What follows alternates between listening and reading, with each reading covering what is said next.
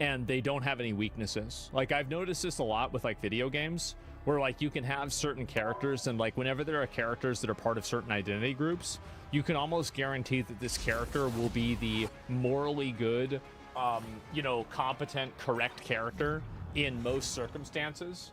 And like, have you guys noticed that? Yeah, Mary Sue's basically, yeah, it's quite common. Reduced to a single-note source of trauma or inspiration, the film finds extraordinary pathos in the small gestures, the way Rayon dresses for dignity, her moments of maternal care towards Ron, the unbearable pain in her eyes during a visit with her disapproving father. The character is drawn with enough specificity to avoid tokenism, and her relationship with Ron transcends the predictable arc of bigot, and here's another reason why, too. This is another big factor. It's because the actors in this movie did a really good job doing the movie. And this is another factor that like isn't taken in consideration enough, is that a lot of these really shitty movies have shitty directors and shitty actors. They suck. So of course the movie's gonna suck. That's it. Hard carried by actors? Yeah, exactly. Well, I mean, what movie isn't, right? In almost all movies, they're hard carried by actors. Tolerance. It becomes something messier and more truthful. A reluctant alliance, grounded in shared vulnerability. Dallas Buyers Club succeeds in giving identity-based storytelling emotional heft because it doesn't isolate Rayon as other. It allows her interior life to unfold within the same moral frame as every other character. That's what makes her fate all the more devastating and meaningful. But Emilia Perez is also supposed to be about trans stuff, automatically elevating it to some kind of profound elevated status, automatically lending it some kind of gravitas and sense of meeting the moment, right? Never mind that it's a tonal grab bag of gender politics garbage, crime opera, and pop musical. A confused and garish visual and audio nightmare, where identity themes are rendered as surreal spectacle rather than human drama. And the penis... It's so weird, isn't it? Like, it's so weird. The message of the movie is more important than a well-developed character. Yeah, I think so too. And then I think also, it's that a lot of these stories are afraid to tell compelling characters that are in like negative positions. Like, they're afraid to tell compelling villain characters in a lot of different ways because they're worried that like people might identify with the villain, right? To Vagina Song will haunt our collective memories and be a worse imposition upon our collective musical sensibilities since that time U2 shoved their dreary new album onto everyone's playlist without asking. Yeah. And now that stupid fucking dogshit song is rattling around my head, and I need to go off and listen to literally anything else to purge it from my psyche. Oh my god. By the way, just before I go, you can now find me over on Substack, where, in addition to my spluttering ramblings on popular culture, you can also find a plethora of articles on politics, society, and the wider world.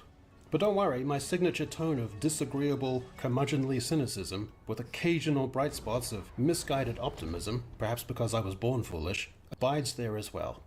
If you think you'd like to sign up for a free subscription, it would really help out a lot. The link is in the description. Yo, we can win this, right? We have like 5 I votes. actually think this is a really good video. I've never seen one of his videos before. I really like this. Yo, we can win I this, think right? that this was very insightful. Yeah, this is a great video. I'm gonna go with my sub and give it a like. Here, I'll link it to you guys. Yeah, there you go. And Optimistic Fool. Well, I do think that shows like this and things like this, they do burn out and they remove the what do you call it? They remove themselves from the market over time. I don't think it's something that happens immediately. It doesn't happen, you know, overnight, but it's something that, you know, in like 20 years, we're probably going to see way less stories like this. And yeah, I did really like this video. It was great. He's British. We can't trust him. Well, yeah, you know how it is. And yeah, like The Last of Us. Well, I don't know about The Last of Us. I'm just saying, like, in general, like, progressive shows are actually villains and the writers want us to sympathize with them. Yeah, I think it's actually just like weird storytelling by weird people writing these stories. And I think that's really what the big problem is more than anything else. It's that you have a bunch of writers and the people doing this stuff that are just fucking weirdos. They're unlikable, they're obnoxious, they're patronizing, they're rude, they're weird. And guess what? It doesn't really go over very well with people. That's what happens, man. The damage to food memory, yeah. Where are the good writers? Where are the good writers? I think that there are a lot of different. There are a lot of places where there are good writers, and I think that stories do exist that have good writing, but I think that you have to find it outside of like the mainstream places, because I think what happens is that if you're a good writer, so think about it like this. If you're a good writer, do you actually want to go and be one of these like really big, be part of like one of these really big areas, like these big production studios? Or would you rather go out and do your own thing at a much smaller scale and then maybe actually be able to have some creative control over it? Like a good example of this is Expedition 33. The reason why you have good stories like that, and this is also a big component, is because those stories aren't being told by committee. But with a lot of times nowadays, they are. And so you have these stories that, yeah, of course this isn't going to go very well because you have 17 different head writers. Literally every interview in the writers is, I didn't see people like me in films and shows growing up. So yeah, bro, exactly. Literally every interview with the writers is, I didn't see people like me in films and shows growing up, so I submitted my Tumblr fan fiction writings in a portfolio, and here I am. Yeah, that's the problem, isn't it? They didn't see mentally ill people? Yeah, because nobody wanted to deal with them, man. My work here is not done. They hit a checkpoint. Now might be a good time to stop them. Everyone hates the Acolyte. What is this?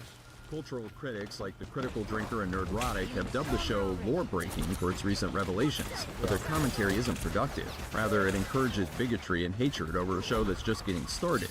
What? It encourages bigotry and hatred over a show that's just getting started. What the fuck? Yep.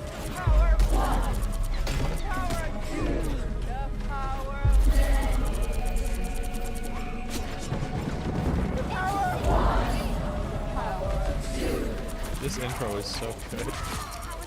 I love it. This is so funny. Oh my god. What is this? I didn't want to make this video, but considering the events of the last week, where we found out that the Acolyte isn't ruining Star Wars, we are. Yeah. That's the royal week, by the way. The 14% audience score should be embarrassing for the reviewers and apparently the Critical Drinker. I don't understand why reviewers think that they can guilt trip and, like journalists think that they can guilt trip and moralize and tell people what they're supposed to or what they're allowed to like. It's probably one of the most annoying things that online journalism has cultivated, that people think that they have like this moral obligation to like basically propagandize to the public different viewpoints or different worldviews. Because we allowed it to work for some time. We did, and I think that it's not working anymore because it's become so, they're gaslighting us. Yeah, keep in mind, you have every right to not like something for whatever reason that you want, and nobody has the right to take that away from you. It doesn't matter. And yours truly, through our reviews of a poorly written streaming show, are fostering hatred and bigotry. Keeping all that in mind, I have decided to reconsider and apologize for nothing. Let's talk about the Acolyte episode 4. Oh my god. Previously on the Acolyte. You lost your entire family. Your mother's, your sister. I carried them. Nice one, I nice one. wonder how many people actually watch this show. That's what I'm curious about. Like, obviously, a lot of people are probably gonna hate watch it. Oh, that's the power of one. Oh, that's the fan base of the show, of course. This spot gives me a strange feeling. Yeah. Oh, we can hold you. We can hold you.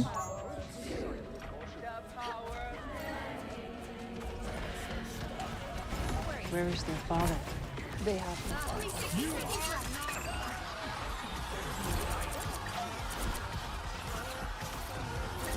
Oh my god. Walking through fear. It is about sacrificing a part of yourself. The power of many instead of the power of one.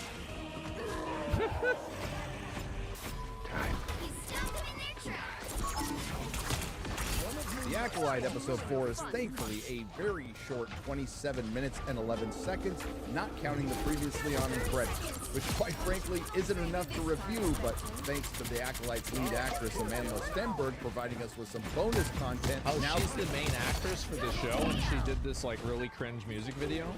I didn't even know that. I work in screenwriting with the Writers Guild in a studio. The amount of professional writers who love this show is sickening. They really do think that, like that journalist article. Well, the problem is that, like, I think that this kind of issue, like, it has a lifespan. Because eventually people are, like, the company will lose so much money pandering to these kinds of people and creating this kind of content that it just won't happen anymore. And I think it's already happening. Like, it's been happening now for, like, 2 years. And, like, you're seeing a lot of shows correcting and not doing this anymore because of that. There is. The Acolyte episode 4 day is filled with slow-moving establishing shots, multiple exposition scenes, characters slowly walking down hallways or slowly walking up to doors, characters talking to each other, not making much sense. And we're Nice one, nice one, nice one. It opens up with an establishing shot of Planet Gobbledygook, where we find the Wookiee cooking and possibly investigating the lesbian space witches. Man, at least we get to see a Jedi Wookiee fight, right? Can't wait for that. This is followed by a scene with Osha, who was coincidentally Osha trained to put out fires in space, crushing on X-23. And who couldn't see this coming with a Disney Star Wars product? Two young girls crushing on each other after roughly 4 minutes of screen time together.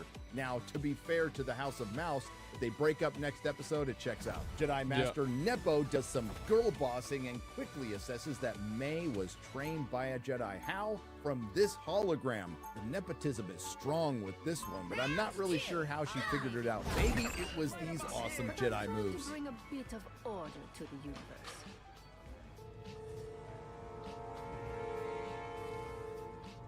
Anyone know a healing spell?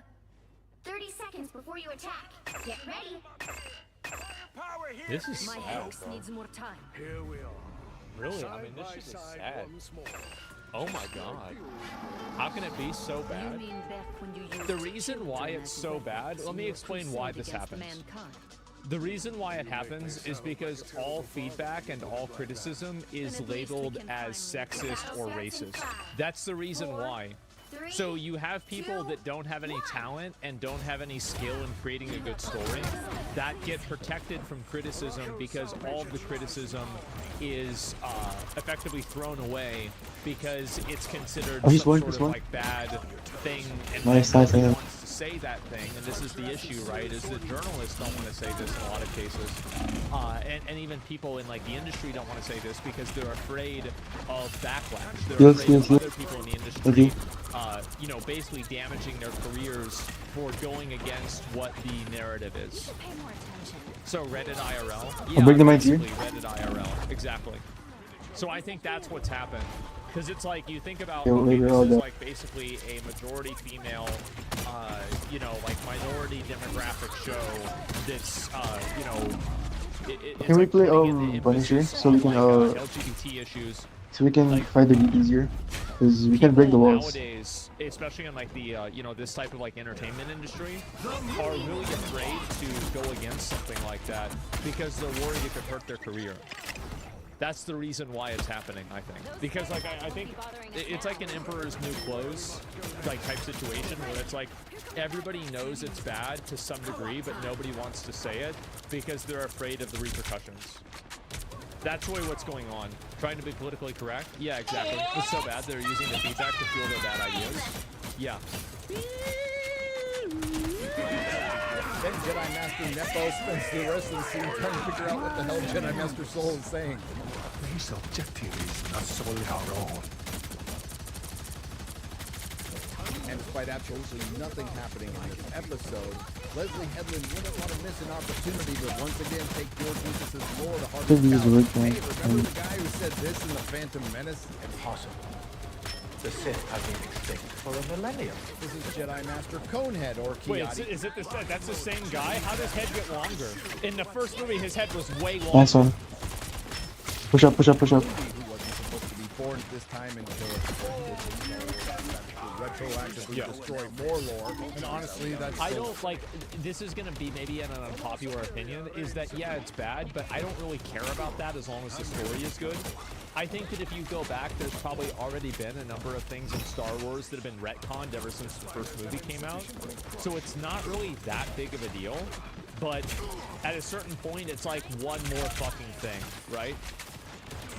Least of this scene's problems because apparently there's a scene out there after saying that the Sith had been extinct for a millennium. Go back. With except Go for back, that go time back. we ran across a coven of lesbian space witches where two of them managed to conceive twin daughters without a father, who incidentally didn't look anything like their mother. I mean, where are the horns? But they were created by this thing called the Thread. So that really Dark Lord-looking dude carrying around a red lightsaber who trained May couldn't possibly be a Sith. I'm ready to put on a Please keep in show. mind this is the same Disney Star Wars that's been... Oh, nice one. So sad, bro. Like, what the, dude? I never watched this show, so like, I don't know a lot about this. I didn't realize it was this bad. I thought it was just like, oh yeah, you know, it's a Star Wars show, and it's like, it's probably not that good, and people are playing it out. Wow, this is crazy. Destroying George Lucas's lore for years and doing things like having Han Solo walk into a lightsaber, Luke Skywalker overdosing on the Force, Princess Leia died, not really sure how. Somehow Emperor Palpatine returned, and their one-hit series is a repurposed Boba Fett and a repurposed Yoda. And when they got around to doing a Boba Fett series, they made him Boba Fett. I tried to cut back on the beers so the stomach wouldn't be out too far. Then there's Obi-Wan Kenobi, whose sole purpose was to watch Luke Skywalker until Disney Star Wars got a hold of him, and he decides to fuck off twice to fight Darth Vader twice and not mention it later. Meet a toddler Princess Leia that Princess Leia fails to mention later. And the Jedi Master Obi-Wan Kenobi had a real hard time getting through a gate. My understanding is that I actually thought that people liked this show. Like, I saw some clips of like him fighting Darth Vader, and it was pretty cool. Okay, maybe that was the only cool part of the show. Yeah, maybe that was the only good part. Yeah. Clearly walk around. I don't know. And Ahsoka being alive to usurp Luke Skywalker's story. In other words, it's on brand for modern Disney Lucasfilm. Anyway, Sol and Jedi Master Nepo devise a plan to once again use Osha as bait to draw out May.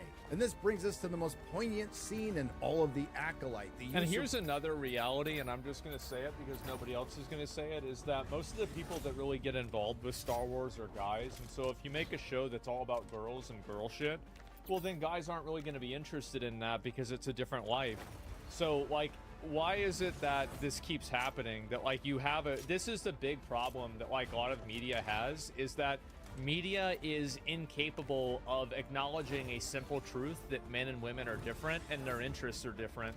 And you can't take a male character and then turn it into a female character without some degree of dissonance there, because gender roles and the way that people act in society and their sex and everything, this does determine the way that they behave down to a chromosomal level.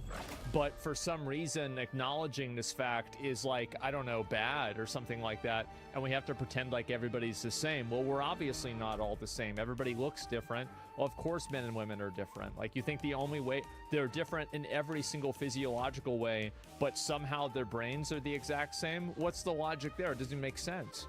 So the issue is that you have these male-dominated franchises, like, for example, Blade. You're looking at Star Wars, things like this that are made for a male audience, and then they try to diversify the show or the IP into being a female audience, and then it alienates the original audience, because a lot of guys identify with Luke Skywalker because they're guys and Luke Skywalker is a guy. Yeah, Blade is unbeatable. Yeah, exactly, right? And that's the thing, is that Blade, where like they're saying like, oh, it was a female character that was actually supposed to be like the main character of Blade. Like, what is this? Why? Like, who do you think's watching Blade? It's a bunch of guys that like seeing this really cool dude with sunglasses that's a vampire kill other guys. What the fuck did you think this was? And so I think it's a failure. I would say it's an inability to read the audience. But the truth is that I think they know what the audience is, and they're actively trying to propagandize to them, and it's just not working.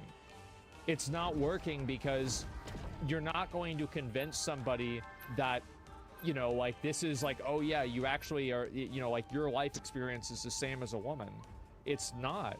And again, like, I watched Star Wars whenever I was a kid, you know, like I had all the lightsabers, the things. Everybody that went out and we played with lightsabers, we were all guys. Star Wars was always a guy thing. Why are you making a story that's built around women and then being surprised whenever the Star Wars fan base doesn't like it? I mean, really, it's like making the Barbie movie and all about Ken. Well, you can't do, that's not what people are there for. So yes, and bad writing, well, obviously, like, but like what I'm saying is that, like, I've noticed this a lot where, like, games that are like existing games will have like a prominent female protagonist, and For what I believe is right. like, this is a game that, like, guys are playing. Guys want to play other guys, I think, in general, right? For relatability. I think Yeah, maybe later. and you can look at live streaming Yeah, as an sure. example of this, right? Where, like, if you look at live streaming and you see how many people, the only reason why a guy wants to play a girl character is if the girl is hot. And I think that this is not a 100%, but I bet it's about 90. I do. I think it's about fucking 90%. Nobody wants to play an ugly chick in a video game. They'd rather just play a guy. That's like the worst case scenario. Yep. People are fine with, you know, like Underworld, okay? The movie. Great movie. Oh, they're going up, they're People going are okay with Tomb Raider, right? People like the movie. And why is that? Because Angelina Jolie is hot. So that's the reason. So you go back and you look at the characters and, like, the games that did well with a female lead, and all the characters are very high level of attractiveness. Samus, well, it doesn't matter what gender Samus is, she's gonna talk. So it doesn't even, like, it's totally irrelevant. But yeah, but also, I mean, Samus is like what, like a 6'2", like blonde Amazon hot chick. Like, yeah, I think people are gonna be okay with that too. Yeah, so that's not even it. Let's see, what else is there? How many other examples? Like, you think about it. How many games that are really popular don't fit that example? Bayonetta, extremely fucking hot. Yeah, Alien, Ripley and Alien, that's true. Yeah, I think that's definitely an exception. I would say that is. Oh, he's one. Nier Automata, yep, there it is. Blood Rain, yeah, it wasn't really that popular of a game. Ripley, Hello. yeah, absolutely. And I like Lilith, yeah, Lilith is a good one. Stellar Blade, yeah, there you go. So yeah, anyway, the point that I'm making Nice one. is that I don't know what they were thinking making a Star Wars show, like, all about, like this like weird force, like, all this bullshit. Like, what were you thinking? Like, how would you think that, like, the audience for Star Wars would like that? It doesn't make sense. Pronouns in live action. Didn't think, yeah. He's one. Nice.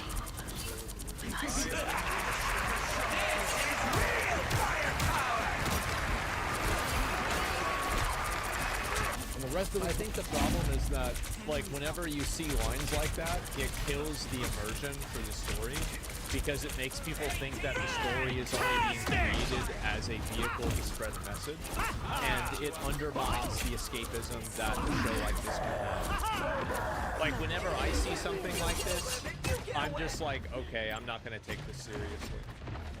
And the problem also is that the issues that they're trying to push are these, like, super contemporary, very, like, relevant, hot-button social issues versus, like, Lord of the Rings trying to push the idea of perseverance, you know, honor, dignity, good versus evil. So, like, it's the difference between, like, trying to push, like, this very, very, contemporary, modern social issue versus being able to push, like, you just die. You know, like a Good core time. human virtue that's been considered good for all Nice, time. good job. Right, it's pop culture. Yeah, it's I pop will culture take- versus classical. Yeah, exactly. It's timeless. Yeah, it's gonna be timeless. Like, Can I'm you guys sorry, hear me I'm here? never going to find, like, every one of these shows. Not a single one of these male characters is a better male role model than Aragorn. And it's not even close. Nice, good job, good job, The reason good job. why is that Thank you. I think that a lot of people don't really, they don't really understand what that means, right? I think that's the big issue. Everyone's pure. I think, yeah, exactly. Are they trying to be? Yeah, absolutely. Right on. They are. They're trying to have, like, absolutely, if you really think that the things where they're trying to, like, add pronouns into a story like this, that they're not trying to avoid toxic masculinity and have good role models for, like, men, absolutely that's what they're trying to do. Of course they are. 27-minute episode is spent with the clueless Jedi in a race to get to Kalnaka, the rookie Jedi, before Agent And it's Ezra like, Miller. here's another example, sorry, is that somebody brought up Samwise. So there's a little bit of backstory behind this. And so, like, J.R.R. Tolkien was he was a Marine, a soldier. He was a soldier in World War I. Like, actual trench soldier in World War I. And he was an officer. Obviously, you know, he's very well educated, so he had an officer position. Still sucked, but not quite as much. He had a guy that worked underneath him who he felt that, like, this guy was like the pinnacle of what a man should be. He had every good instinct, every good virtue, just totally this great, amazing person. And Tolkien felt like almost like inferior in this other person's presence, right? So, not inferior, but like he felt lacking, you know, in some cases, based off of how virtuous this other person was. And so Samwise Gamgee was built off of that character. But the difference is that the virtue of a noble worker and a man who is just trying to go about his daily life and do the right thing no matter what is so much more timeless than trying to make like a little one-liner that pays credence to a current social issue. Like, somebody can go back, like, for example, in like 100 years, why would somebody's gonna think, why are they saying, you know, he or they, right? Like, what is this? It's not gonna make sense. There's not gonna be any resonance with that.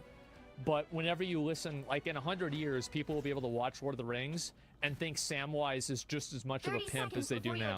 That's the difference. Is that it's just so, it's so contemporary and fleeting. It's timeless. Yeah, it's timeless. He did have a lot of kids. He did. Was it like 9 kids or something like that? It's actually what Tolkien was talking about with applicability versus allegory. Well, yeah, but what I'm saying is that, like, obviously people in their real life get inspiration for their stories. Or in May. Then we get a heel turn that might give you whiplash. May is good now. You heard me right. I don't need to do this anymore.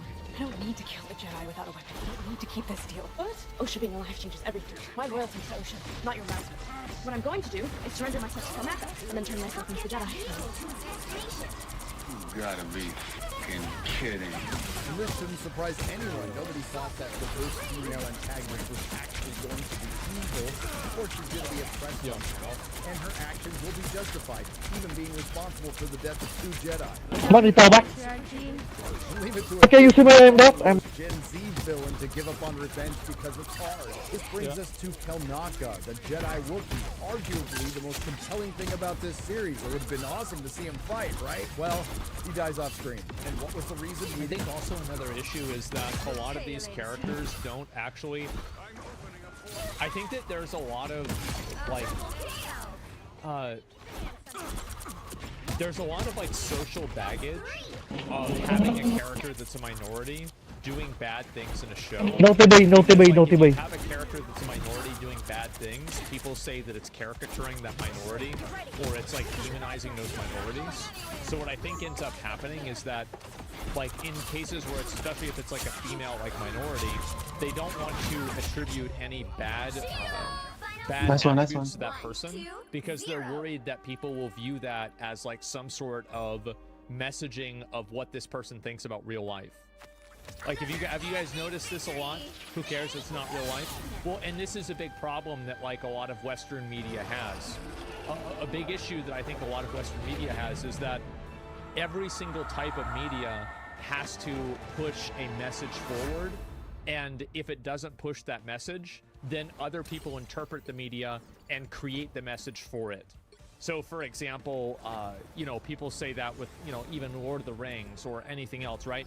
And they take what's in a lot of cases like a message about friendship or, you know, the power of family, and then they elevate it to like being, again, like these like wedge social issues. So what I think the problem is with, like, because you had, for example, Kylo Ren in like the newer movies, I think that people generally liked Kylo Ren. They liked the story of the character. Now, they might not have liked the movies in general, but like I would say that personally people, you know, I would say a lot of people liked him, right? He was all right. Yeah, he was all right. And I think the reason why is because they allow that character to make mistakes and to do bad things. But I think the issue is that writers are afraid of allowing characters that are played by like minorities or females to do bad things or to be incompetent, because they're worried that people could interpret that as a message to what that writer or what that group of people thinks about that actual group in real life. Hero do you think you want to be I think today? that's what's been happening. That's not true at all. You don't have to be a witch Okay. to find the magic in this world. But it That's does what I help. think. Yeah, I think it is happening. I think that's exactly what's happening. Didn't get to see a Jedi Wookiee fight. The budget. Listen, from guys, this they only match? had $180 million. What do you expect? And after sitting through 27 minutes and 11 seconds of an episode that felt like it was 2 hours long, you would think this Disney Star Wars intricately written story would lead to something. After we had two girls crushing on each other, pronouns in space, and a Wookiee Jedi killed off screen. Nah, Smilo Ren shows up and pushes a bunch of Jedi.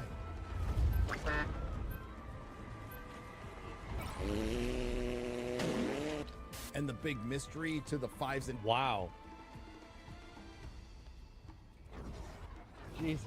Oh my God. tens of people who are actually interested in the show is, who is Smilo Ren? Is it Asian Ezra Miller? It could be, but I'm leaning towards something like this. It's a girl? You'll need a top-notch team to win this one. Credit to Disney Star Wars. Keep in mind, that's exactly what Eowyn did in Lord of the Rings Return of the King, whenever she killed the Witch King.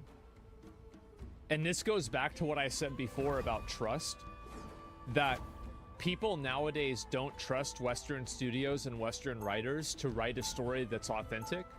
And they assume that every story that's being written is being written in the context of some sort of message that's trying to be spread. This is exactly the same thing I was talking about. For not making an episode as bad as the previous. The good news with The Acolyte, we're halfway through the season. The bad news, we're only halfway through the season. And just when you think things couldn't get worse for Lucasfilm, they do. Series star Amandla Stenberg, who has the amazing ability to play two characters exactly the same way with the exact same haircut, decided to come out with a diss track against Star Wars fans. A diss track that Amandla feels so strongly about that she's copyright claiming absolutely everyone who posted on X or YouTube. And what's likely an industry first, a TV show star has written and released a song and a music video complete with dance moves and response to racist backlash against the show.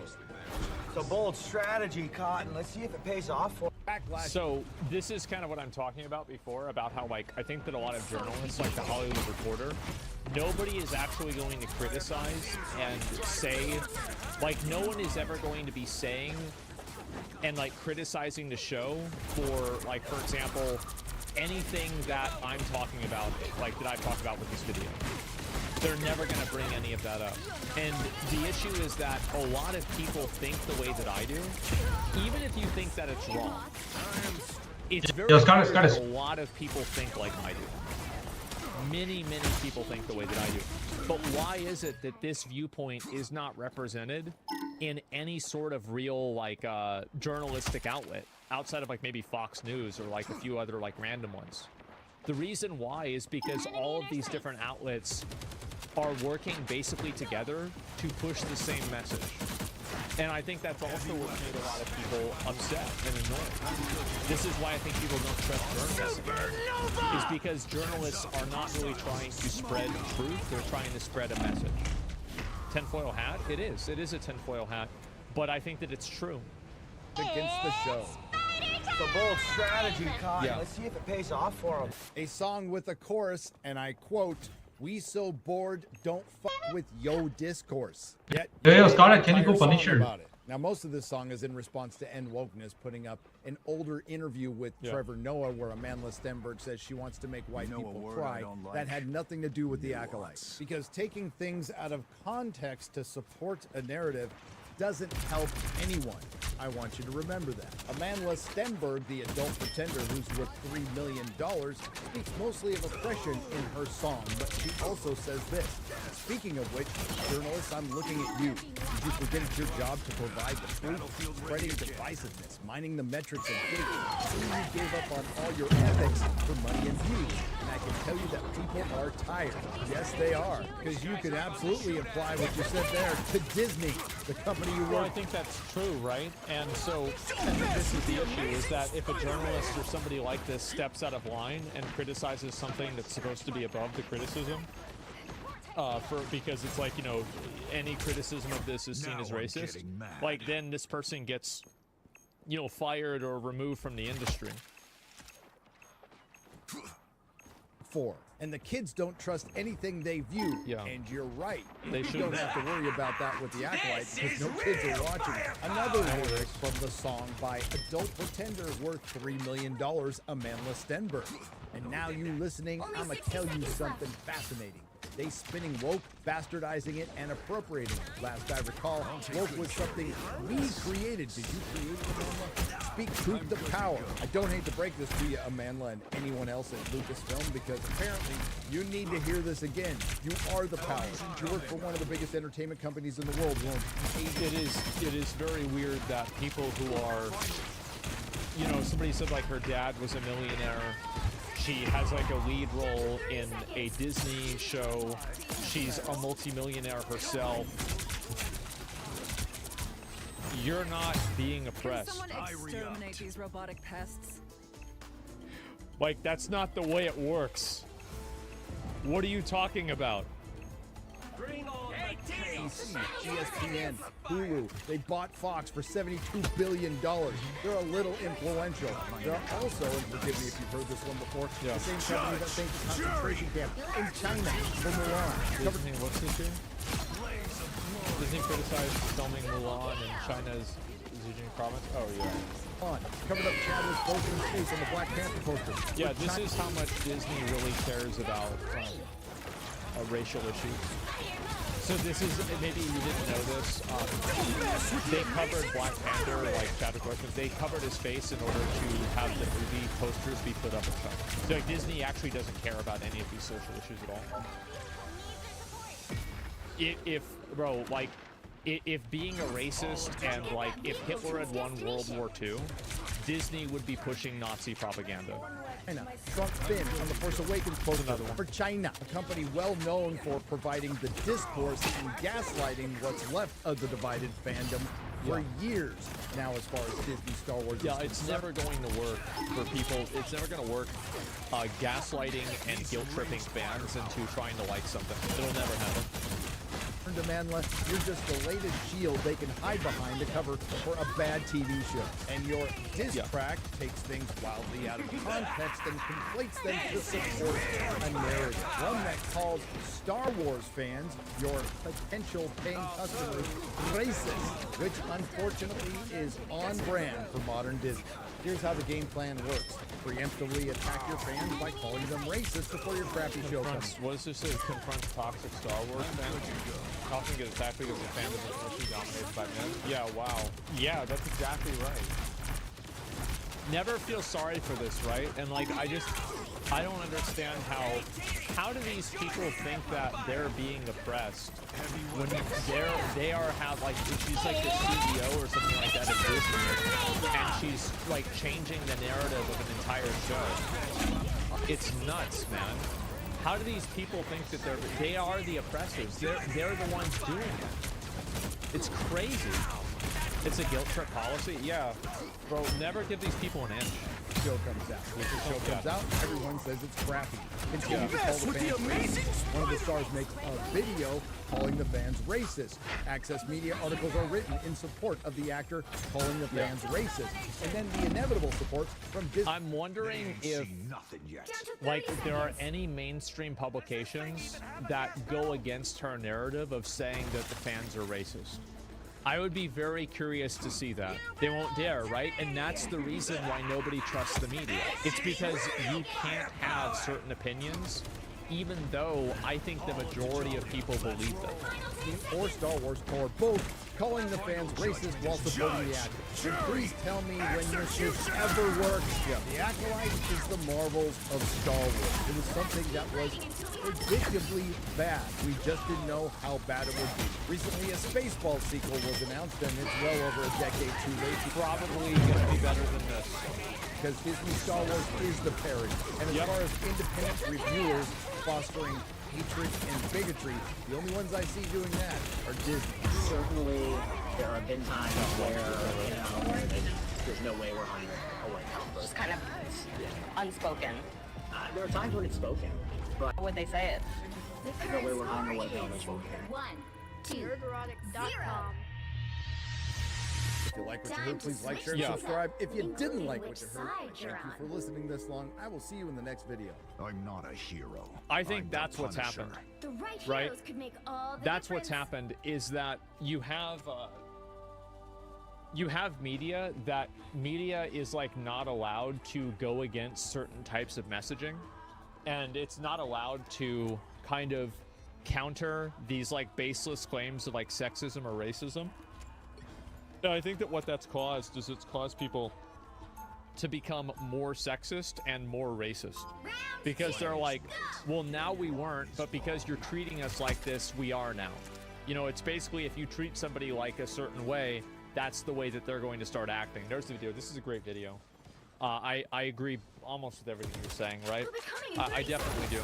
You criticize Acolyte, now you're racist. Exactly, right? Well, what I'm saying is that saying that like the hate is from racism, I bet no mainstream publication, and I'm actually curious about this, right? Because my perspective is that I think that video game journalism is just simply a like, I don't think video game journalism is any real different than like entertainment journalism. It's basically all the same thing because, again, you know, video games are entertainment. And so whenever I see people complaining about video game journalists, like, for example, like Stellar Blade, there were no people in like any of these really big mainstream publications that said that they liked the fact that the new character from Stellar Blade, Eve, was really hot and that she was sexualized. Nobody said that was a good thing, even though it's obvious that so many people believed it. So many people thought this was true, but you can't say it. And I think that people get really tired of not being able to say things. I think this is just an issue in general, like Western culture. You know, if you go back to even like ancient Greece, which is where like a lot of Western culture in Rome, where like Western culture was like kind of first started. If you think about how much of that like is the autonomy of having your own ideas, being able to think for yourself, that's the cornerstone of what our society is built off of. So if you're stopping people from thinking for themselves and seeing things that are obviously in plain sight, you're going to have a lot of problems because people are just not going to take that. Already making issues out of non-issues, shit's so weird. Well, I think I think it goes both ways. So like if somebody is mad about the Acolyte for something and then somebody says, why are you getting mad? It's not that big of a deal. Well, I don't think that's a good argument, because if it wasn't that big of a deal, they wouldn't have tried to put it into the show.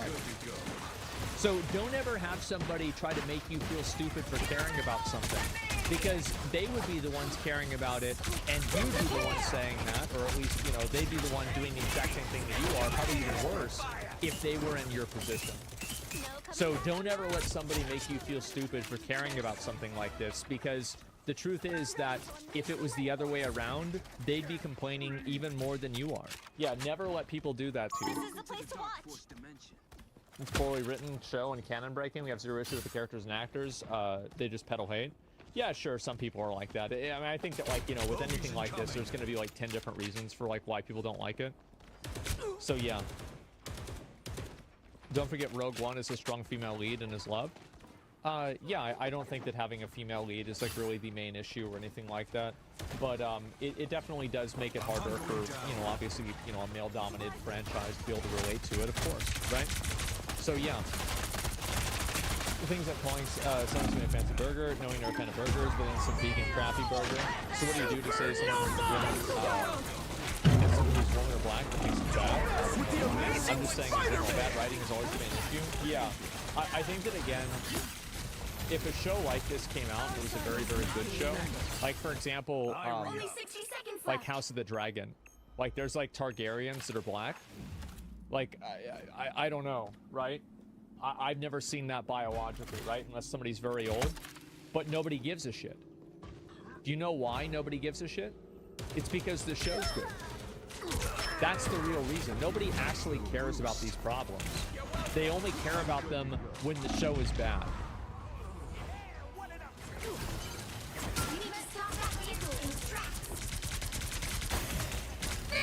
Hollywood wants to ban YouTube movie critics.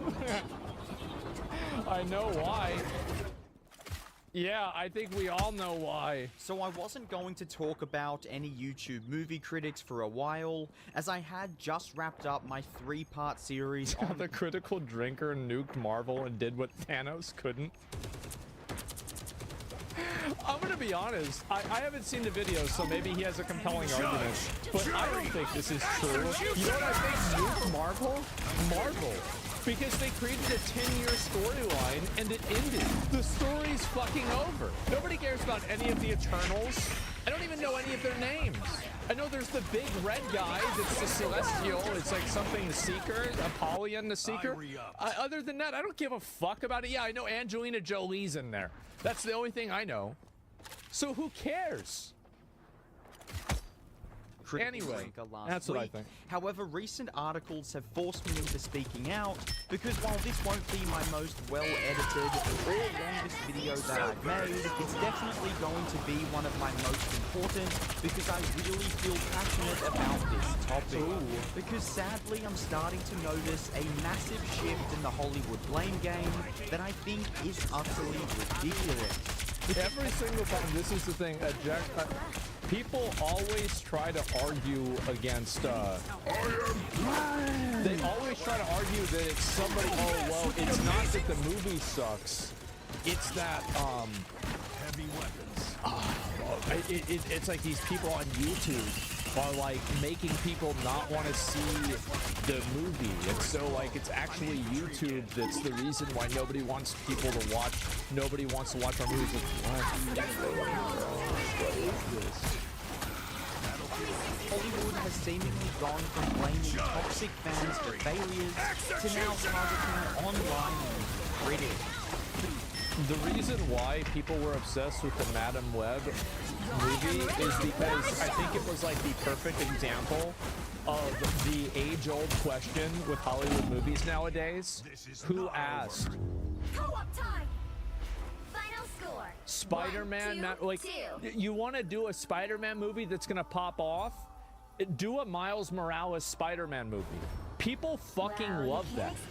Just do that. Madame Web? What the fuck is this? What are you talking about? It would be sick. It would be fucking awesome. So, like, why do you keep trying to do the thing that people, like, it's just, I don't even know what Madame Web, I've never even heard of this. Do you don't want to know? You want to know why people went to go see Thor? Because they grew up reading comics of Thor.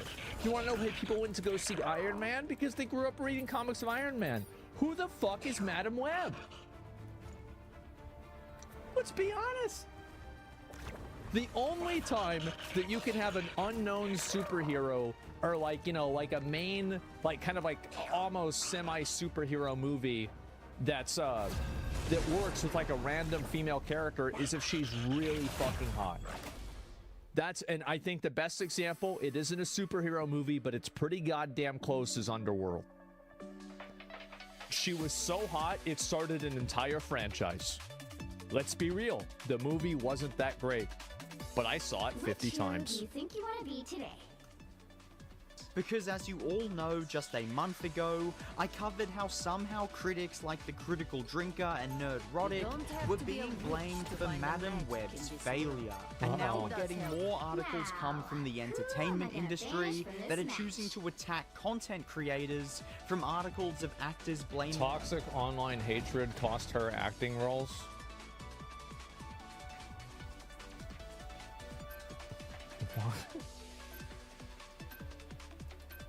online criticism for their career downfall. And while I don't know what this specific article is about, and I am a fan of Anne Hathaway, I'm just using this as an example. And we're also getting other articles targeting the so-called review. The Little Mermaid's review bombing is just a sign of what's to come. What, people that don't like a movie?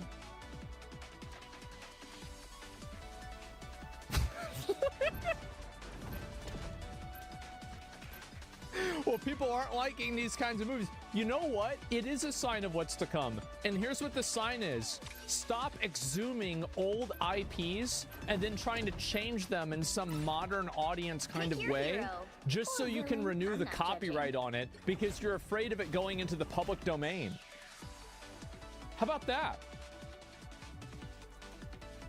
Bombing of movies to now gaming companies threatening legal action against content creators for reporting a negative story about the company. No, hold up. What's this? I gotta look at it real quick.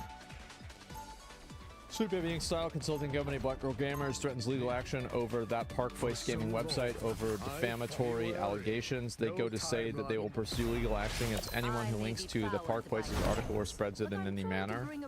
Company that apparently threatening legal action. 30 seconds Upon discovering to obtain legal counsel, take action against publication. Don't have to be a witch to And find journalists. the magic in this I don't world. even know what this But is. it does help. You generally live my life via pattern recognition, find out a few tactics are actually common. Escalation is always interesting. Black Girl Gamers is full of Black Girl Gamers. If it wasn't, I'd ask why. is true. I don't even know what happened. They're quoting real sources and real articles that have come out about this. Yeah, nobody showed me They're this. still threatening to sue these very content creators. Ooh. And just because that is a legal situation, I think I should add that I don't know all the details. I'm just saying it's reportedly true, but what is definitely Reportedly true, so it doesn't really matter, and I don't give a fuck. Okay, next. Is that they're coming out and saying that they will threaten to sue content creators for making a video and reporting on articles that have... Nah, I want to read it. I want to read it. I want to see it for myself. The content creators who reshared the false allegations about our organization, we will continue to pursue further action against anyone who persists in spreading false and defamatory information against Black Girl Gamers. But wouldn't that mean that they're suing themselves because they linked to it themselves? Because like they did just link the website. And like if you go to the website, this is the website. It literally shows the website that they're telling people not to talk about. I wonder who wrote this. I'm sure it's someone who's really smart. How do you do this to yourself? How do you do this? This is crazy. It's very smart. Yeah. It's a Streisand effect in action. It's not though, because they're doing it themselves. That's better. Okay, so yeah, no, I mean, what he's saying in this video does seem to be mostly accurate. It is. This is actually accurate. Again, I didn't believe it. I looked at it. It seems like it's true. Come out about that company. Come on, judgment, I see.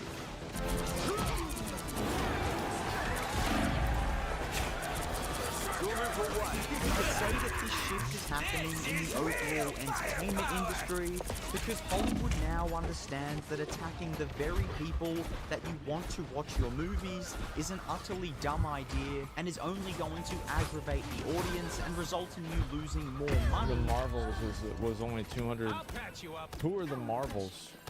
Oh, this one? Judge, jury. Yeah, I don't know who the fuck these guys are. I don't know any of these characters. I didn't even know, bro. I thought Captain Marvel, like, Get ready. I didn't even know Captain Marvel existed. It's crazy that, like, these people are doing mental gymnastics to figure out why a movie like this isn't successful.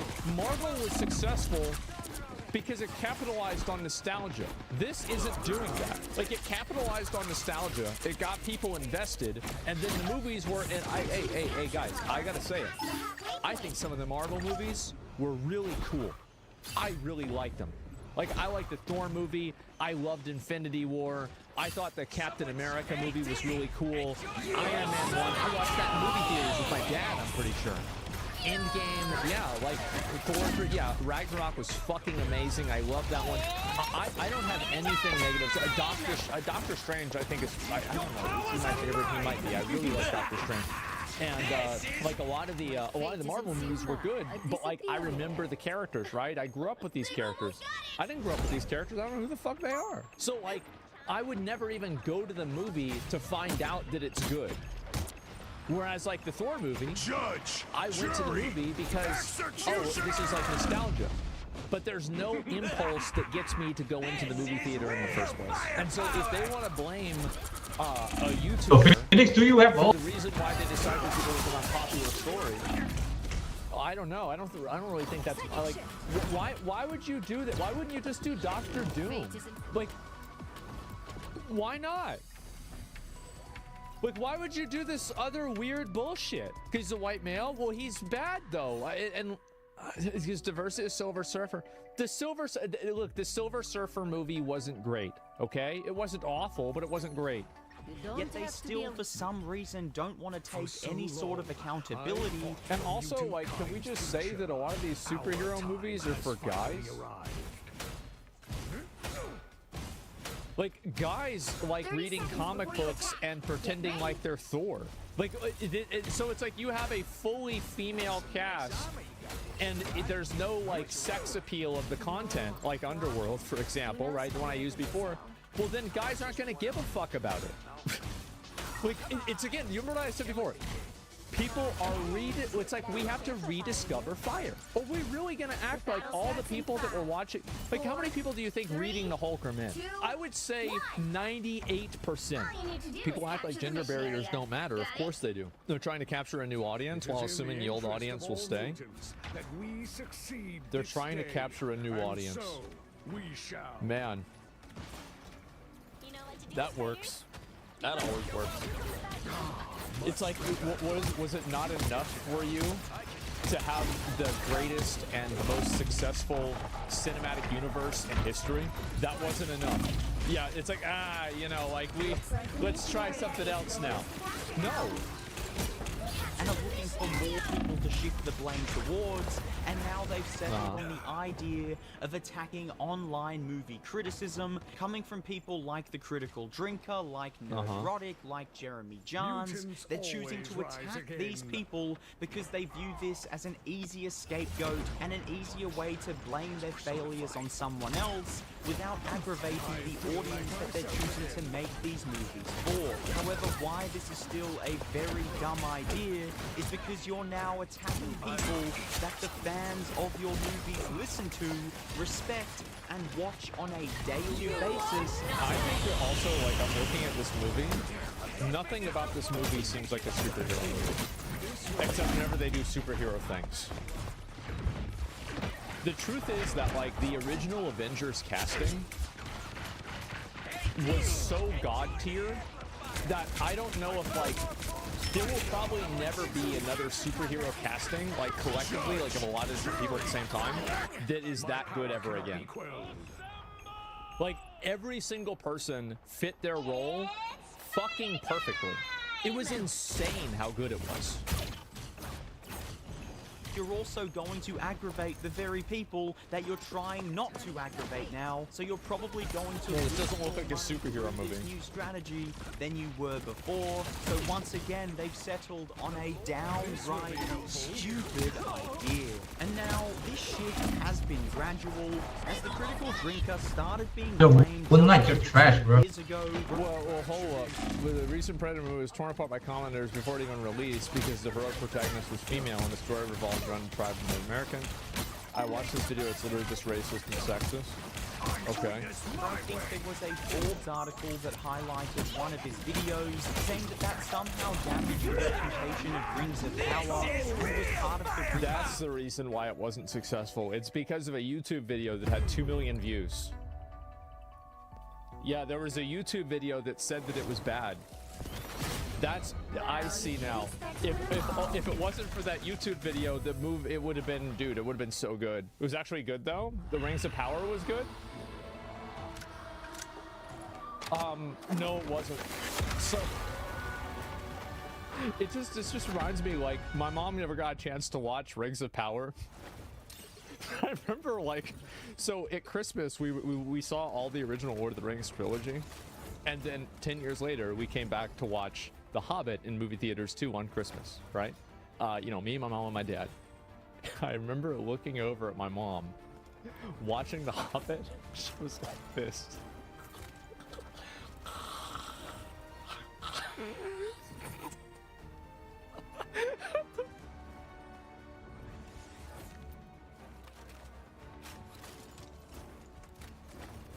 No surprise visit tomorrow. Next customer in line.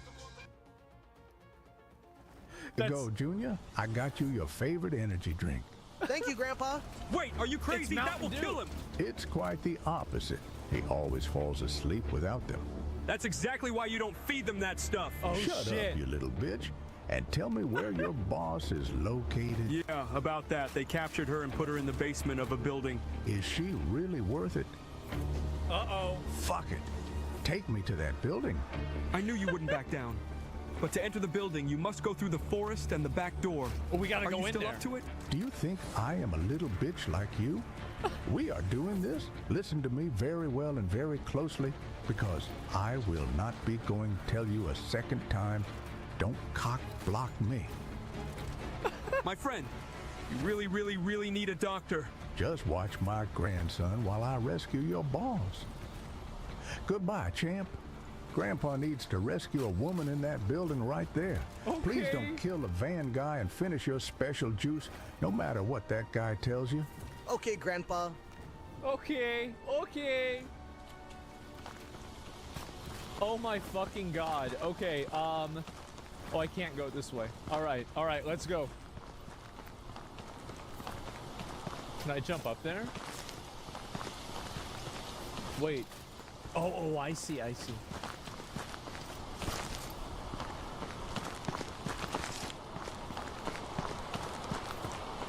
So I have to infiltrate the building.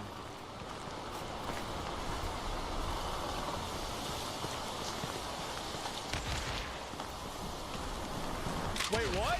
Hey! Son of a bitch! Where's his gun? Oh, there it is. I gotta get more ammo.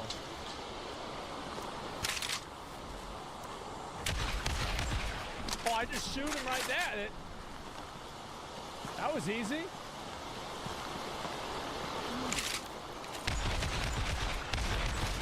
Damn. I just killing these Oh, shit. Fuck. What? Okay, I gotta get more ammo. Okay, we got a health pack. It's fine. We got that health pack. It's not a big deal. No auto aim? Yeah, I know. I gotta walk in. The spot. Okay, I can't go that way. I gotta go this way.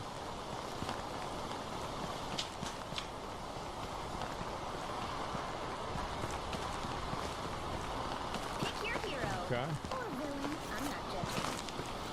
We gotta go in this way. How's he crouch? Okay. All right, good.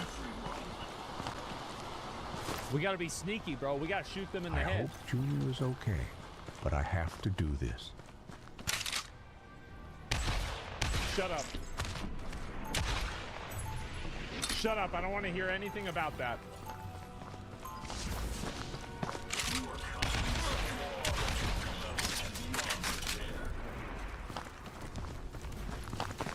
Okay. All right. They're all dead.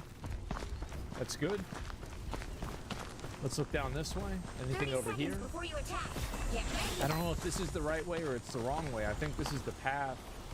I think this is where I was just at. So let's turn around. We're going to go this way. I think. Okay, let's do it. It's an accurate pistol? Yeah, for sure, guys. The problem is that I'm not accurate. Okay, we're making our way in here. The battle starts in 5. Nice, we get more 4, health. 3, 2. I need that. I need more of this All you shit. need to do is capture the I thought you were mission capped out. area. Got it? Got him. I thought I had a big suit of armor. Got him. Got him. Where the hose at? Damn, that shit was easy. Oh, I get grenades. And a fucking knife? I think I probably should just use the, oh, I can use different, I've got different weapons too. Fuck, I'm gonna get the shotgun then.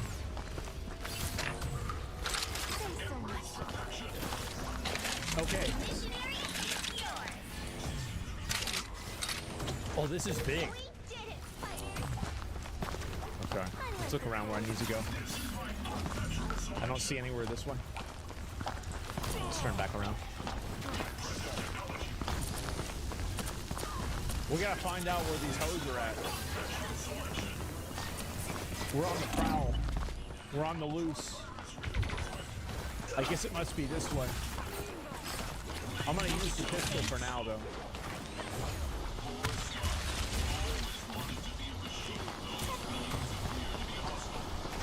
Okay, I think this is the path. I just realized, what if she is in her period?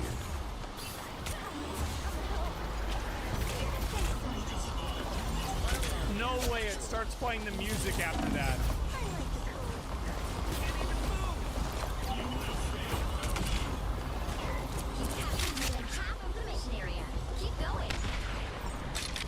Oh my god. Tremble before fast! Where they at? We gotta shoot the police. In game.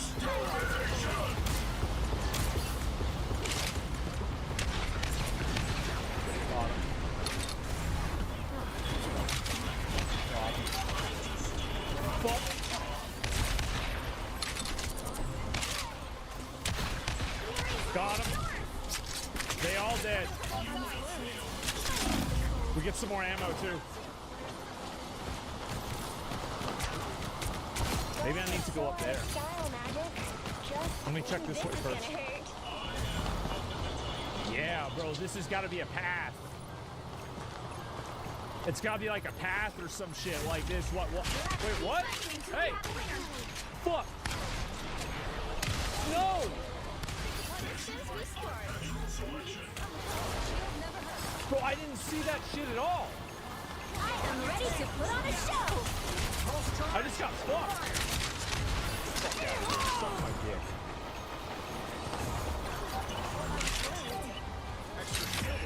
Yes, please. What a dick sucker, man. Like, yeah, I just got knocked down. I couldn't do shit.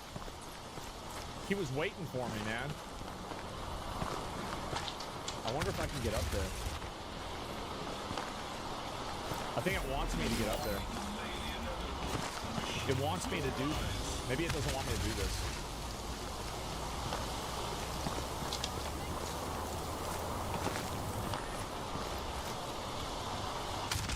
I don't know. I bet maybe it doesn't. Get ready.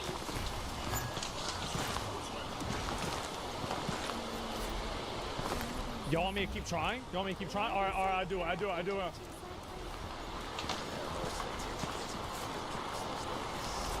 Oh. Oh. Oh, shit. They do want me to keep doing it. 4, 3, 2, 1. All you need to do is capture the mission area. Got it? Let's end this quick. Oh my god. Oh my god, this is such a dick sucker. This is such a cocksucker, bro. We might not be able to do this.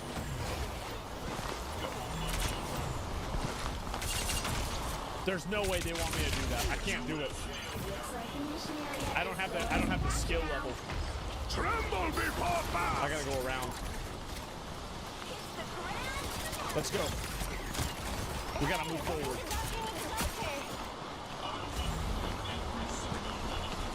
Okay, this is a pretty nice area. Is there a waterfall somewhere around here? Let's keep moving. We are undefeatable!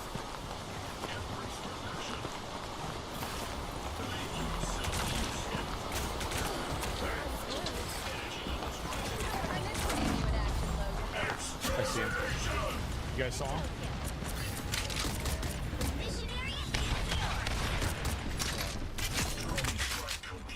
Oh fuck. I thought maybe it'd be like one of those situations. Nice deep freeze.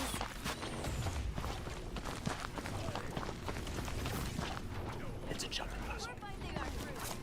It's a jumping puzzle.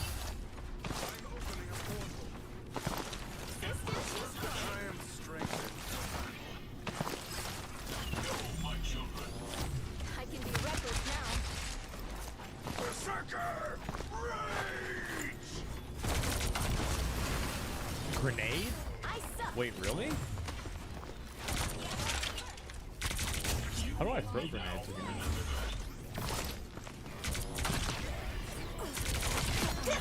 How do I throw grenades? See? You captured more than half of the mission area. Keep going. I think I can do it. I think I can do the jump. Honestly, like, I'm good at video games. Like, I shouldn't even be second guessing myself about this. Like, this is not even a big deal. It's not even a big.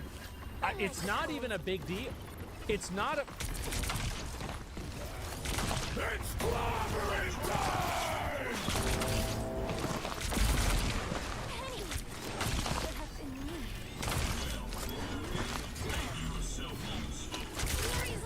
Oh, we in this shit now. Easy. Finally, I'm out of the forest.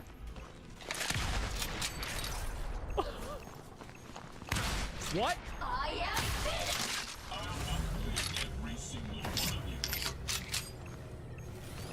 We are undefeatable. Okay, I gotta loot that. Oh, wasn't there health over there? Okay, we're gonna stick with the pistol.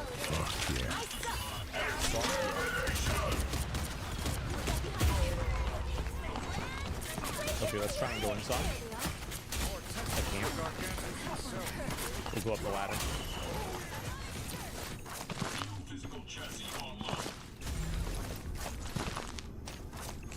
Oh, got it.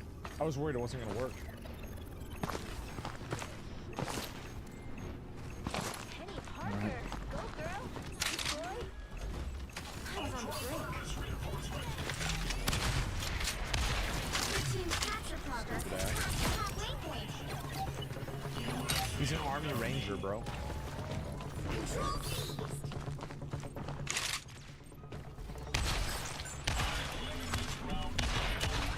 Damn!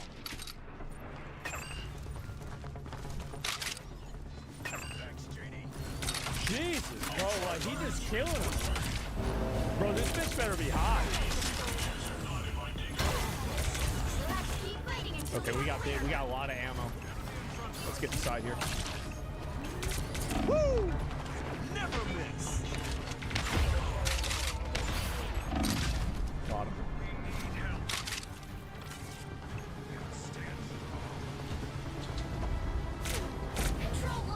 Bro, she better be hot as fuck. There are always more of me.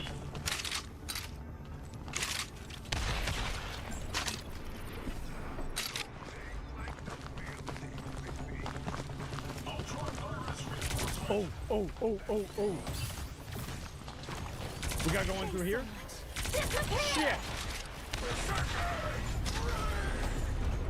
Oh, fuck, we got the music going. We got music going. I caught that guy by surprise. Shit! Get that health back?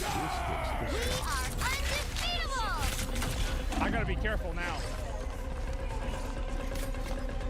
Alright, that guy got me with the shotty.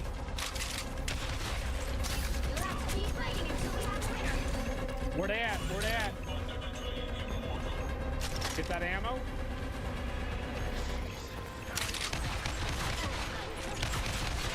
Got both of them. Pick up the health back. I need more of this shit. Yeah.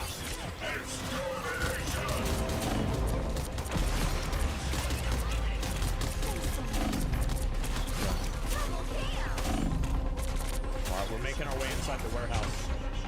We gotta find out where this bitch is. Woo! Never miss! Come on. There it is. Okay, good.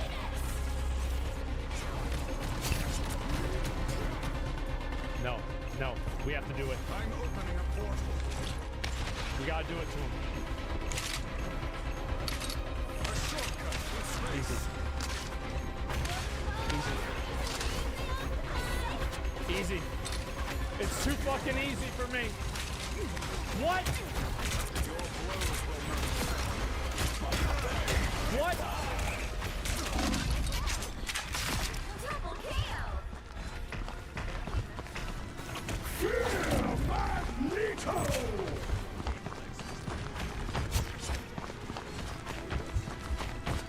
Okay.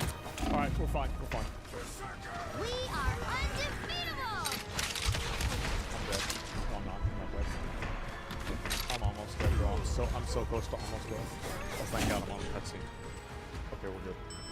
I made it. Fuck. I left my weed in the van.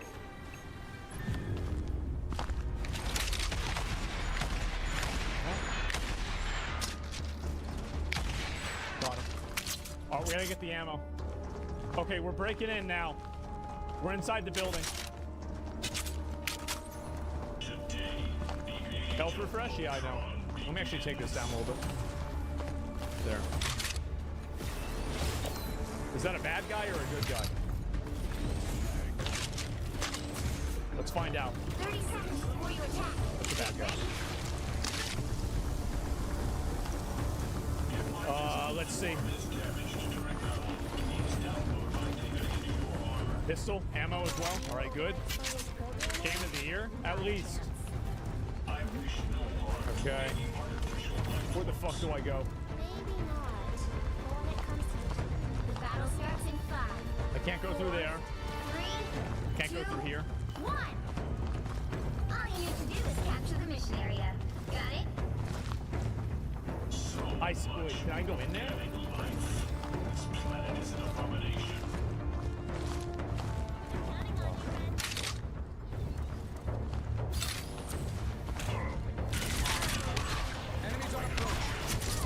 There's a red button? No, there's not.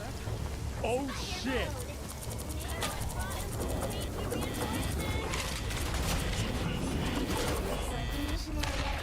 Got him. He's dead. Easiest shot of my life. Got him. That's Army Ranger gameplay.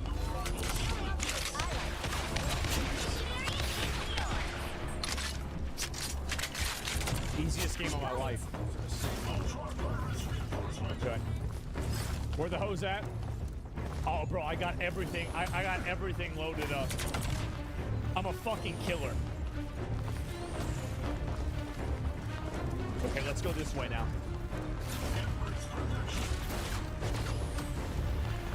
Let's go this way now. Let's go this way now. Alright, not so bad. Not so good either, but okay. Ooh, what's this? Oh, this good too.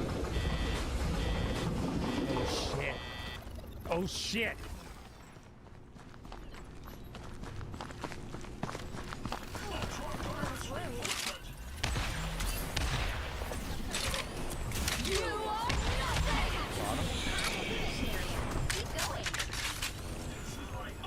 So are these all the... I wonder, am I killing police officers here?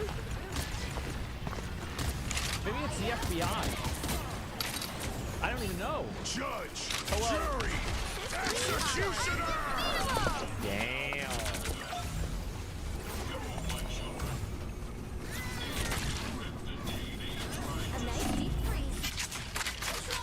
Okay. They got the hose in there. I need more of this shit. Okay, let's keep going. It's time. Bust in through this shit.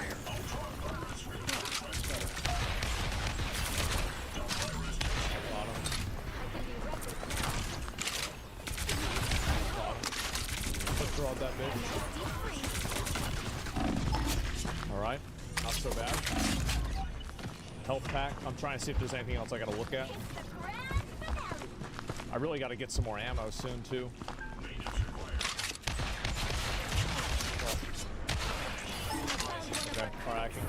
get his ammo. I'm a little bit too, maybe I'm too aggressive. Actually, you know what? That's not true. I'm not aggressive enough.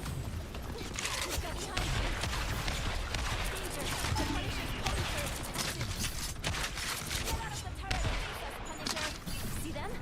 Right there. Not bad aim. I'm doing all right. Not doing great, but we're doing all right. Revolver. I gotta get more pistol ammo, bro. I aim more pistol ammo right now.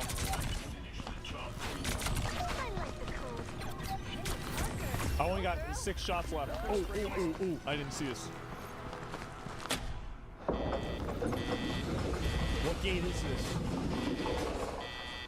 Oh, it must be this gate. All right, I got it.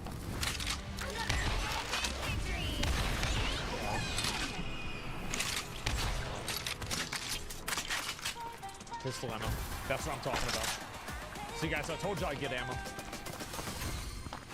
Easiest game of my life. What's this? Health pack?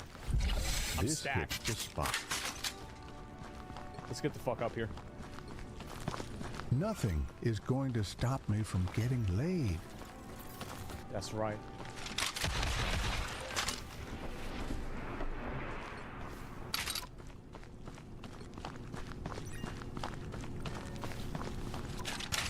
What? Oh, I see.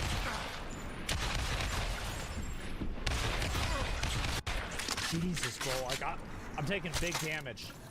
This is really bad. Okay, I got a health pack right here. Okay, that gets me. Yeah. Fuck yeah, is right. I didn't even see his ass. Okay, where's the fucking button here? It's probably. Oh, it's out. Okay, good. Nice, I'm capped out again. I need more of this shit. Okay, let me look around. React anti-aim? I feel like I've been doing all right, bro. Like, I feel like I've been doing fine. Like, I'm not popping off, right? But like, I'm doing what I need to do. Yeah, I'm doing all right. Okay, we gotta go in this way. You don't have to be a witch to find the Where they magic at? in this world, but it does help.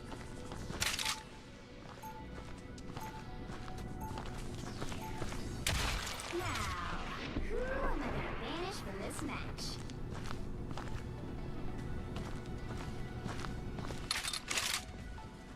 I thought there was gonna be some guy there.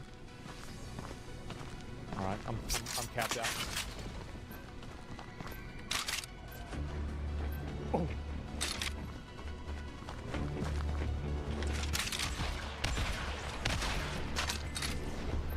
Got him. What? What? We gotta get that gun. Bro, that guy's got an AK.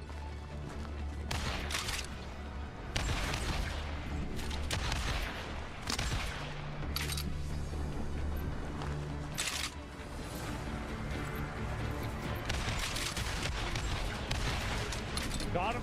2 of them. 2 of them. Fuck. Okay. All right. We gotta keep it. We gotta keep it on top. Pick your Shit. hero. I got. Or villain. I'm not judging. Got him. Got him. Not so.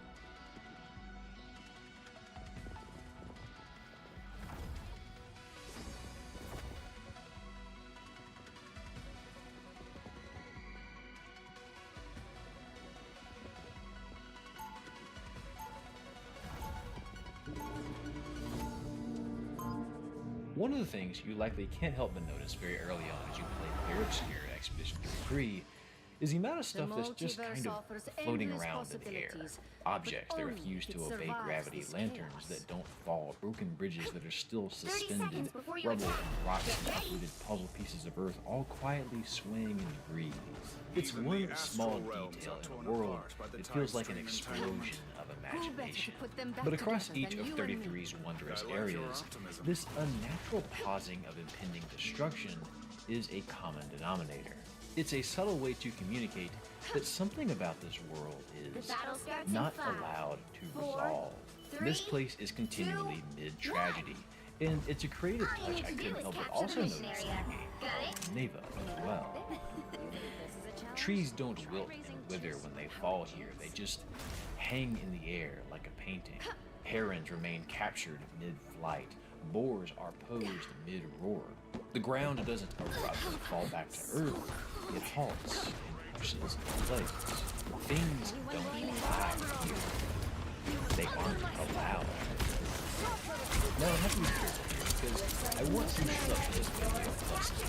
The purpose of the prologue you're watching is to set the scene a bit and tease what excites me most about Player Obscure, and celebrate the successful visual lesson. So, part 1 of the video will be extremely soft spoilers. I'll cover exclusively early game stuff or just routine things about this game that I find to be special. We'll talk about the art direction, the battle system, the writing, and the little details that will really become relevant to my big point later on. But if you haven't played yet or haven't finished the game yet, this section is completely safe to watch and in many ways, I hope, encourages you to play.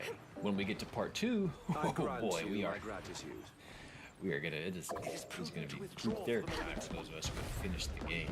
It'll have more major spoilers than I have pops in my knees. Guys, someone switch after this. After I die, someone go heal up. I will not play here.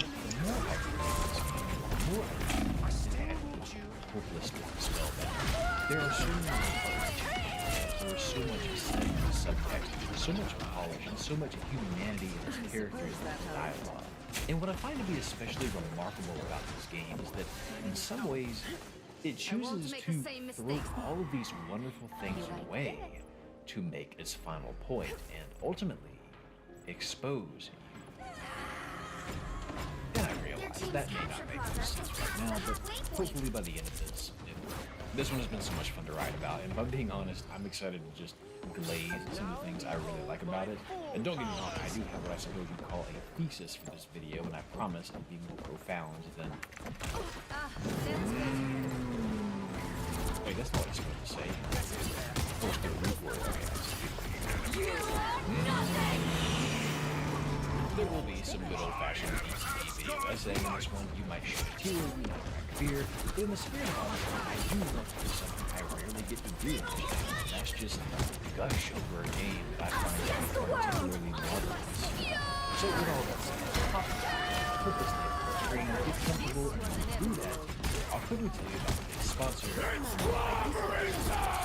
When you think about video games, one of the most rewarding parts of the game might be learning new things and delicious satisfaction. And what I think makes today's sponsor, Boot.dev, so continually it harnesses this sensation to teach you a skill that you can build a career around. If you've ever been interested in coding, you'll find that Boot.dev is a spectacular place to learn. Python, Go, JavaScript, TypeScript, SQL, C, and most places have key learnings in the classroom. Here, you can learn them the same way you might learn in video games. Lessons are built on mission XP, levels, achievements, and quests to keep your learning from feeling like lessons instead, more like a journey. And the beauty of it is, you're never alone. If you find yourself stuck or simply want to see how the instructor wrote the code, there are solutions available for every challenge on the site. There is also a dedicated Discord server with fellow students and instructors to help you if you ever get stuck. The good people at Boot don't want to sell you some guys, we need second healer. Over-the-counter coding lessons. They want to invite you to a community. Can you change to healer? All working together. Choose away. You still have 1 kill, so. But it also means that you get to work from home. This could be a wonderful opportunity for you. Why not go take a peek at your content? All of it is free to read and watch and guest mode. And if you're logged in and decide that this is for you, go to boot.dev and use my code DarylTalksGames to get 25% off the entire first year. Thanks again to boot.dev, the sponsor. Let's get back to the show. In the opening minutes of Exhibition, remember shots of a town that, again, is suspended, not allowed to fully dissolve. There is wreckage that will not land, buildings that will not fall. Even this world's Eiffel Tower itself is half decomposed, like a candle that is melting under the heat of the world's tiniest flame.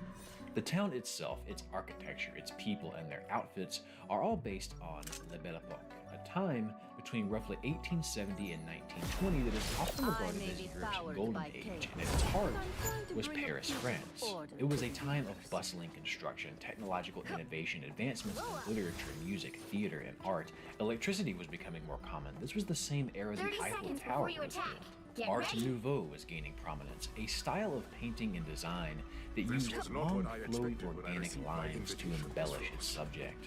According to Britannica, it was a deliberate attempt to create a new style, fruit of the imitative historicism that dominated much of 19th century art and design. The technique dealt less in symmetry and more in unconcerned natural lines. And you can see this not just in Lumiere's design, but across the entire continent. In Lumiere, you get these strange sweeping sculptures across rooftops. This lighthouse is structurally unsound and warped to one side. We've already mentioned this Eiffel Tower, but across the board, the beauty of symmetry is often completely discarded in favor of a free-flowing aesthetic. But you also see the emphasis of art. Another movement that leads in straight lines and hard edges of industrial. This art is prevalent in geometric balance. You find this as well.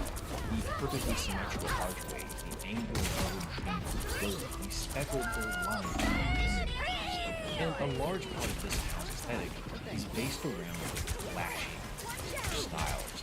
You get this precisely crafted pavilion overrun with the aloof waves of vines and petals. Your eyes wander to this winding sculpture unraveling up perfectly calculated railings and windows. Resounding, mathematically correct spires in the harbor are tilted to be just slightly less perfect. This contrast is evident throughout the rest of the world as well, in ways we'll talk about more later, even in England. This was in fact a stylistic choice in this interview with Unreal Engine. But he also says they're not the first studio to use the Art Deco in new styles.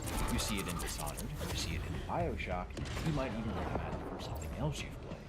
And you'll find that this isn't the only method of opposing styles that this game uses. The title itself, Clair Obscur, may refer to the old Renaissance art style of chiaroscuro, where artists would use glaring contrast between a dark background and an illuminated foreground and a dramatic, uncanny volume subject. This shot of painting, for example, uses this style to give her this otherworldly quality. You can't quite make out the details of the shadows, but light gives what you can see just enough to the ambiguity and mystery even might feel to run wild in the same way. Follow.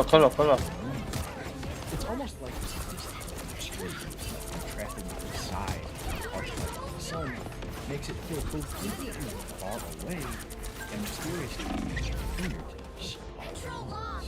And I know that is a lot of things said simply about the art direction of this game, but it's important that we start there because I think it's in that I won't make the same now. I disappear. Story. It uses that contrast between styles and colors to subtly direct our attention to a larger conflict at hand. A conflict between indulgent imagination and cold, exacting realism. I'll be back to this, so just keep that in mind.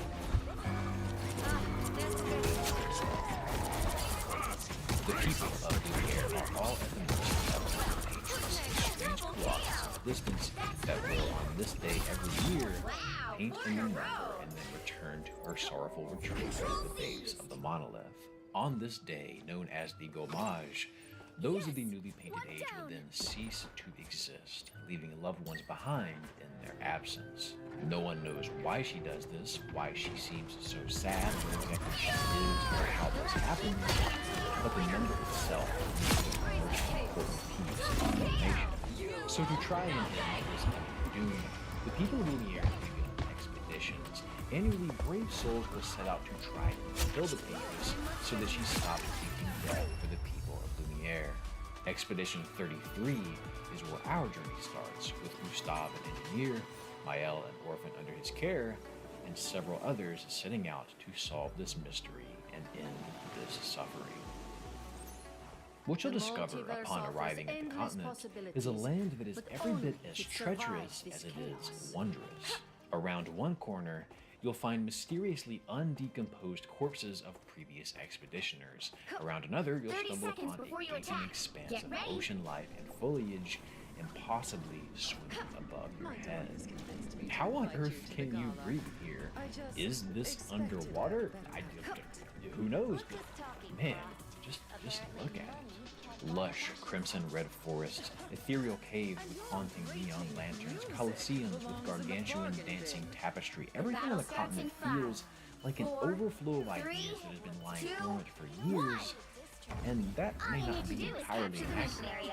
The creative director and founder of Sandfall Interactive sat at Ubisoft for years working on a handful of projects, including a mobile game, before quote-unquote getting bored and leaving to bet on himself.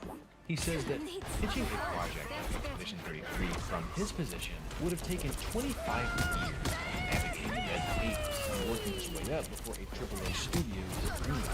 At Ubisoft, this project would likely never have happened. So in many ways, this project people feels like he started creating every idea that might have been told no over and over has finally come bubbling to the surface in a spectacular fashion. The work of people finally getting a chance to work with no boundaries, creatives allowed to color outside the lines. Obviously, you see this in the art direction, the landscape, the set pieces, but you also see it in the writing. These people act like people.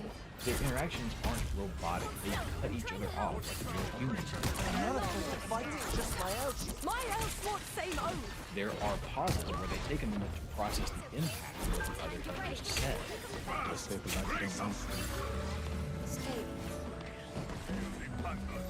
I wanted. They often struggle to come up with the right words. We will avenge. Compare these interactions to scenes like this. Looks like the time has come.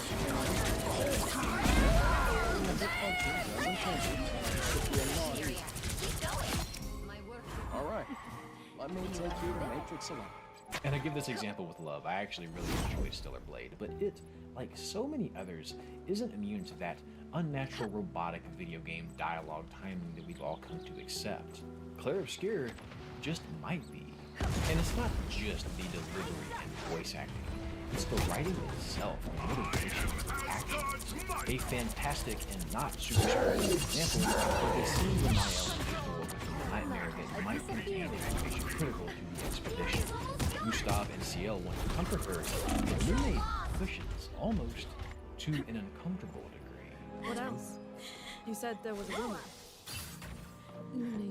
Maybe later. I know this is hard, My work but I here need is you to not done. focus, okay? While the details are fresh. Are disappearing. And maybe you take your side here. They are trying to save lives right now. Perhaps Mael's comfort. This is real This interaction is interesting because it's debatable what the right way to handle the situation is. But it gives the scene so much gravity when you consider it in retrospect. Much later in the game, you'll find a journal of faith. She seemed almost peaceful. She said not to worry. But Dr. Lemon will finish their work. And Lune's reaction to this is not as inspired as you might think. She's not proud to carry out her mother's work. She's frustrated that she was always seen Not as a daughter, but as a backup plan. knowing that Lune always resentment of her parents were never showing her warmth, instead treating her always as simple and dangerous, completely recontextualizes this scene because you realize that in this moment, Lune is treating Mael exactly how she was treated growing up, as a tool, not a person. And when the others continue to discussion, you almost see the exact moment she realizes when she's acting. The irony of it is that she's projecting exactly what was her. It's a very, we all very, we expect from others what was expected of us. And this is just one drop in the ocean. Luna, how the fuck are you missing? Luna, I'm in front of you, you're missing. Who is same thing to each other. These self-belying moments are another subtle nod to that ever-present contrast between the flowery longing of fantasy and the sharp, humble truth of reality. Comfort is what we crave, but action is what we need. This contrast, even with itself ever so simple, the game illustrates accents with the straight lines and symmetry of the Art Deco style of Zoom, quietly building an association between reality and film. When you win, the whimsical journey continues. The flowing impact of the attack slows down and is accentuated with a dramatic end. And I simply cannot go on without taking a talk about what makes this battle system so crunchy and delicious. It begins with the camera. Back in 2022, I made this video about how what's missing from modern day titles is not necessarily just creative animations from game on, but also, critically, the camera work. So much of every battle takes place with this static over-the-shoulder angle. It is, of course, a callback to the classic Game Boy and DS titles, but it's also what I think keeps it feeling so antiquated. I said back then that if gameplay could simply get a little more creative and use the camera more dynamically like you see in Pokemon Colosseum, or in Grandia, or in Persona, that alone would breathe life into an activity that you spend half the game doing. Expedition 33 takes this to heart and never misses an opportunity to make even something as simple as navigating a menu feel delicious. Most enemy attacks are accented with a snap zoom to sell the impact. Every one of your attacks boasts some unique camera trick. Maybe it bobs and weaves with CL's slashes. Maybe it pans around Gustav as he charges up for a lightning attack before zooming out wide to reveal the enemy getting hit. Each menu option shifts the camera to reflect the ever-changing offensive options your expedition is deliberating. Every turn is stitched together beautifully in a seamless flurry of pans and cuts. Clair Obscur, like Persona, refuses to let these battles ever feel like two opposing forces just standing and facing one another taking turns. You feel the intensity of every encounter without it ever feeling distracting.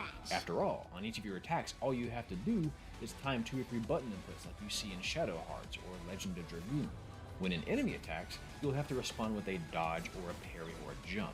But when an attack might go to any of the 3 characters, the camera is calm and allows you to see where it's going. And again, the battle system squeezes so much feedback everywhere, especially when you parry. And I realize the dodging and parrying system is divisive for many people. You know, keep your FromSoft out of my Squaresoft.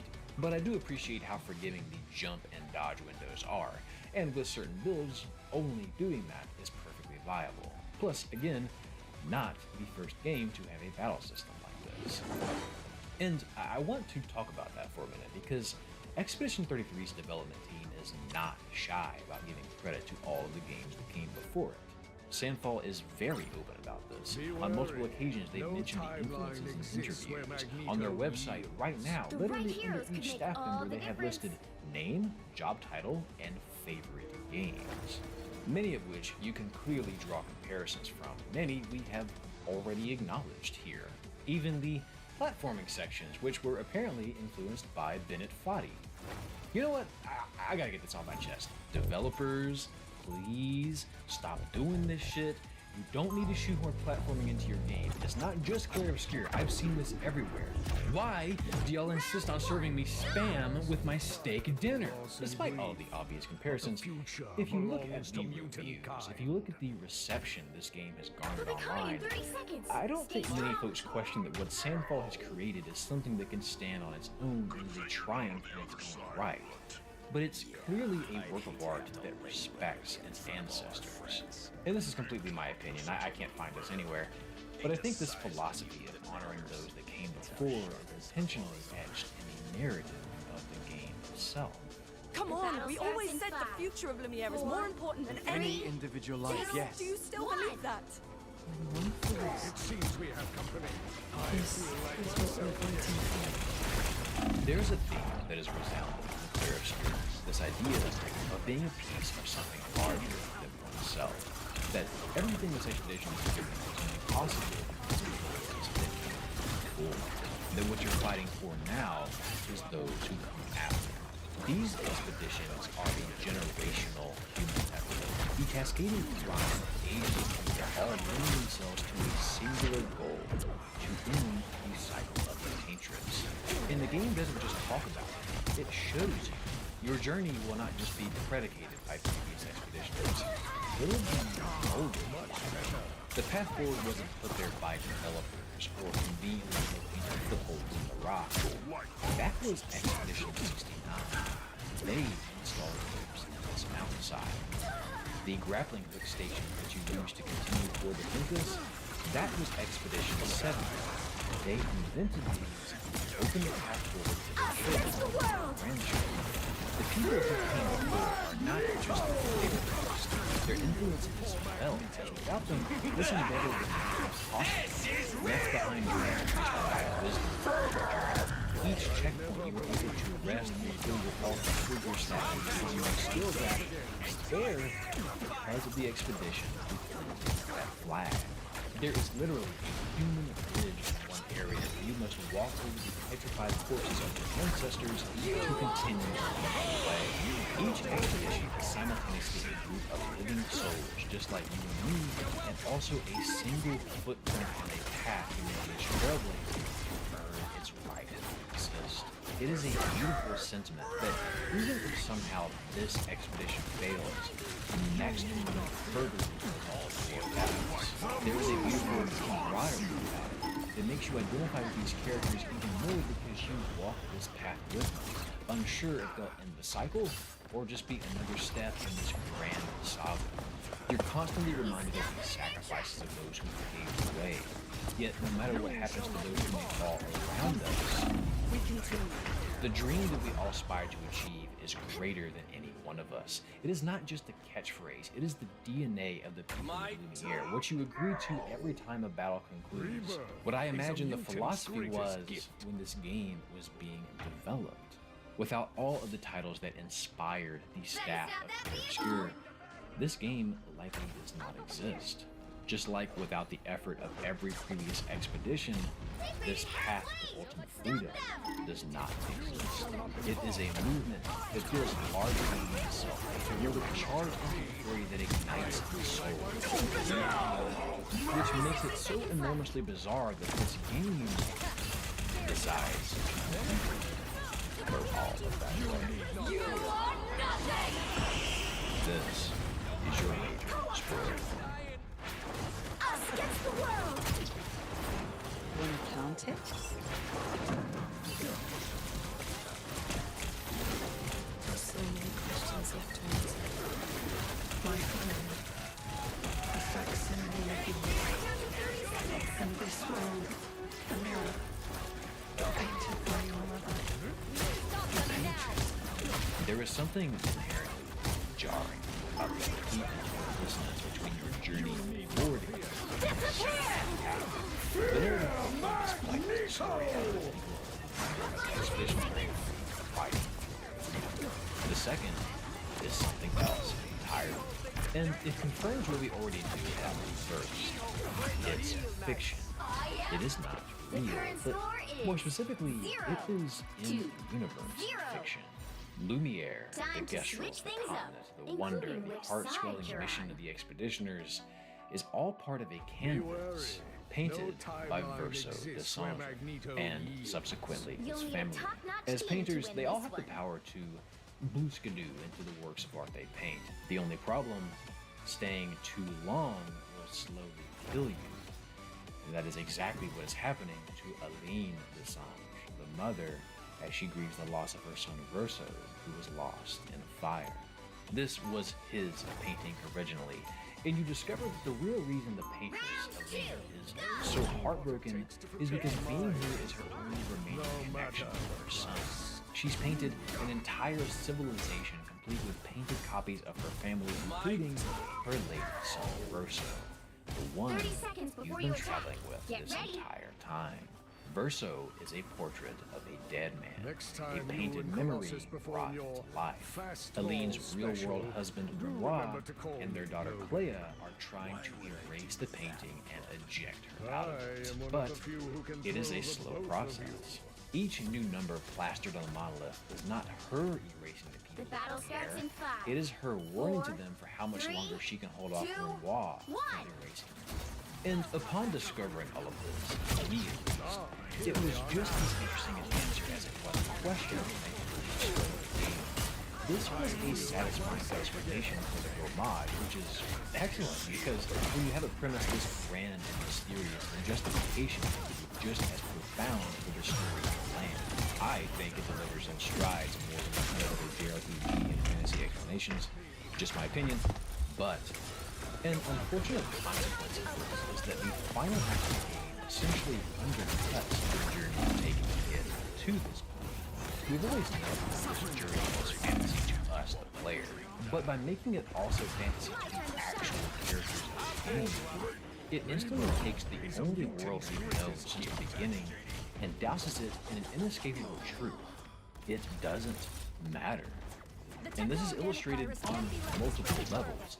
On one hand, you see it in how those that know the truth treat the people of Lumiere.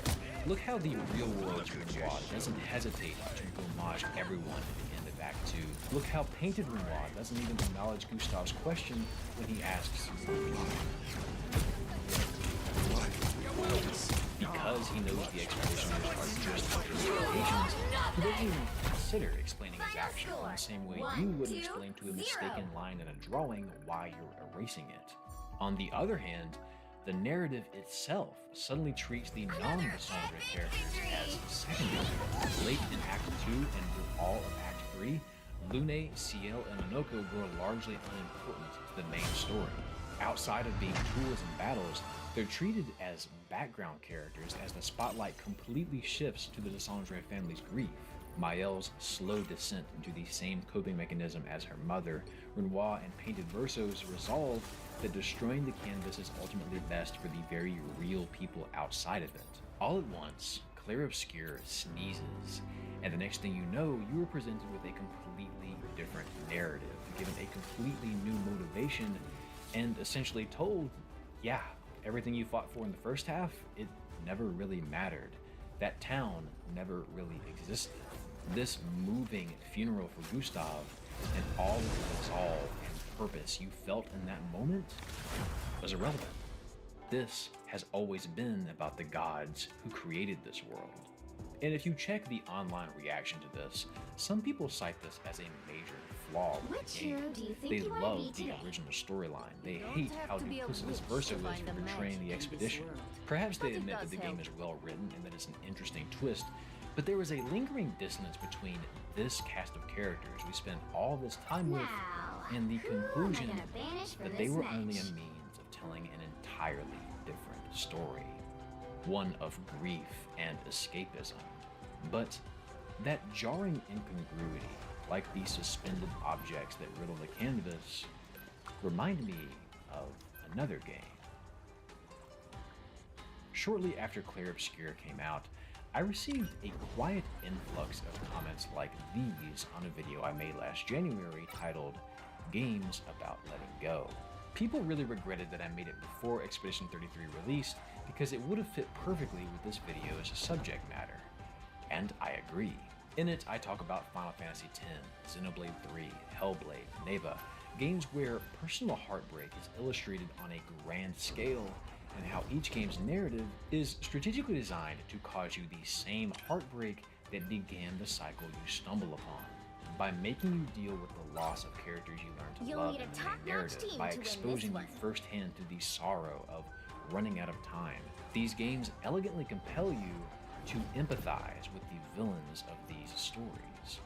And I think by discarding that beautiful purpose that Clair Obscur spends so much time building, it is supposed to feel like loss. You don't even really have time to mourn the gommage of all of Lumiere before you're immediately thrown into a new narrative. It intentionally feels icky when Verso replaces Gustav before you even have a chance to process his death. Mael's nightmares, the cryptic interactions between Verso and Painted Renoir, the things Monoko doesn't say.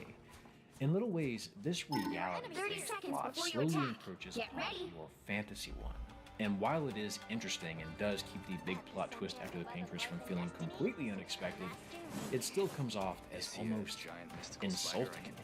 You don't begin this game as a dishonor, you begin it as an expeditioner.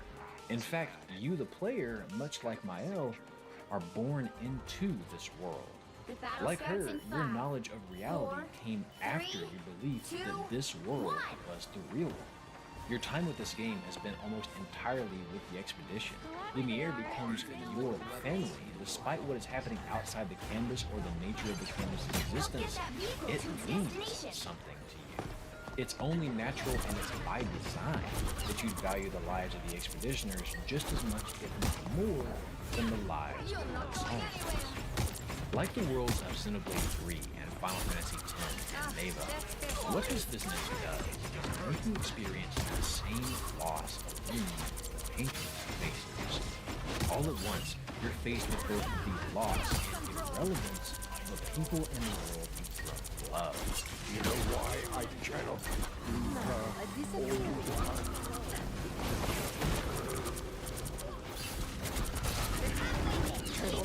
you too.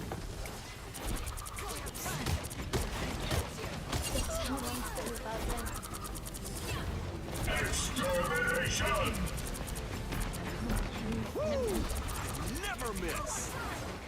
You're told in the B, not allowing this place to resolve may in fact allow you to stay here with them.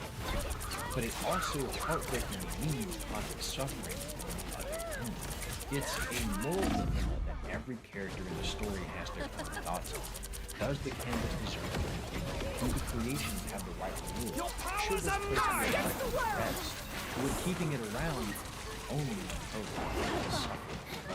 This is the grand conflict the game is whispering to you about, the art style, the real tragedy that is lingering over the adventure.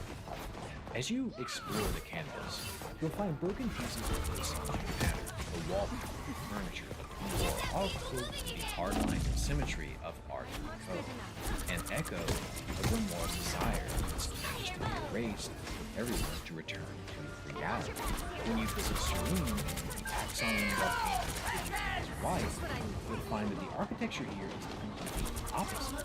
Glowing strokes etched into the stone, complemented with dancing tapestry of falling rose petals, and a appropriate portrayal of the desperately erased grief and soon enchant. And yet in Lumiere, you find both styles ever conflicting, ever contrasting, suspended in an infinite stalemate. Not allowed to finally fall to the ground, forbidden from resolving, never advancing forward to heal, never being allowed to go back to when Verso was truly alive, ever in this endless now. Like the other games from this video's spiritual prequel, this world is a physical manifestation not only of the endless and festering trap that is grief, but also a painted portrait of the contrast between what each of its artists desires. And much like the chiaroscuro art style relies on harshly contrasting colors to add dramatic flavor to its subject, these characters are portrayed with harshly contrasting motivations and actions to illustrate their twirls. Painted Renoir treats Gustave and the other expeditioners as simple stains to be erased because they are painted, despite the fact that he himself is also just a painter. His philosophy around truly existing somehow only applies to his family. Aline cannot handle her grief, but selfishly she continues to indulge in her mourning despite inadvertently causing the exact same grief to the people of Lumiere every single year. Mael understands Painted Alicia's desire to cease existing because she is only a facsimile of someone she never had to be. But hypocritically, Mael does not allow Verso these same pieces, but instead refuses to homage him because she can heal. We've already talked about Lune and her prickly taking Mael despite always hating being seen that way by her parents, and Verso may be the most duplicitous of all of them. His actions in one moment portray a man who genuinely cares about his fellow expeditioners despite what he knows to be true about them, and yet these tender moments are betrayed by his ultimate goal, to force Aline from the canvas and allow him lost in his all existence. making an impossible choice for everyone.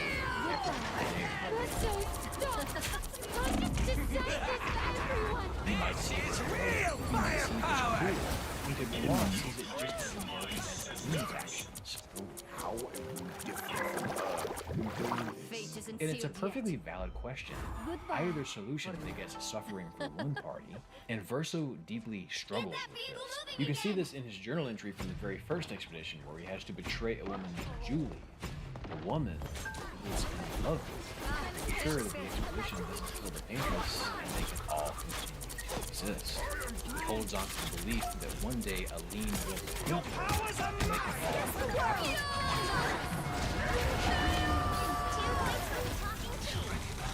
But at some point, perhaps when he begins to understand just how much Mael is truly languishing, when he sees that Mael is headed down the exact same path, he is selflessly met with the resolve to end things for the good of the Sangres, and perhaps selfishly the ability to rest, no longer be the source of this cycle of despair.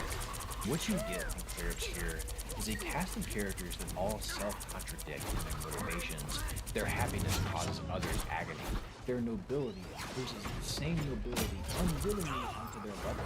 Their ideals are flexible so long as it is convenient for them. From one perspective, an action might be seen as the only right thing to do. From another, it is out of the question.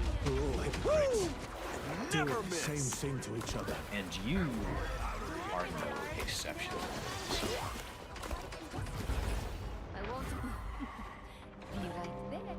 The final decision in Clear Obscure is essentially answering the question, which on the surface boils down to which matters more, the painted world you've come to love, or the Sangres' real-life grief and healing.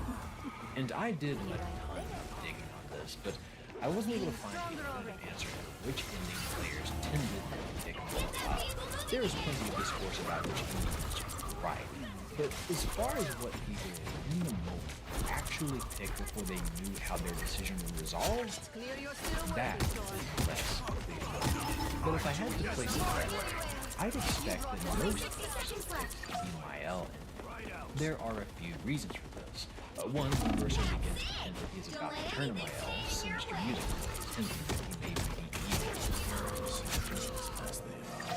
Heads up, hostiles. Not how you want them to be.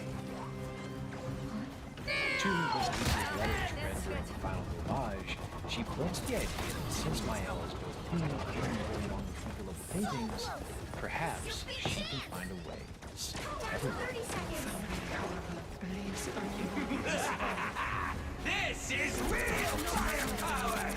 Three, Verso himself. Your powers are in so many ways, TV, nobody lost the canvas that Mael can make everything right. She will be the savior of the painting and the family. That is the kind of character she is treated as. This almost Moses-like how our character is born of two worlds, destined to undo the evils of the past. And when you pair that with the well-established dissonance between what you, the player, have come to love about the canvas and this secret secondary plot that is forced upon us in the final act, it's an extremely tempting and in many ways correct feeling answer to pick Mael here. Why not save the world that you love? Why not believe that Mael would be different from her mother? Why not show Verso that this can, in fact, work? This is the ending I picked. And while I was conflicted from seeing both sides of this for the reasons I just stated, I still felt like I was picking the good end. But then... The right heroes could make all the difference. You don't have to be a witch to find the magic in this world. But it does help. Don't say that. Unpaint me. Unpaint me. So...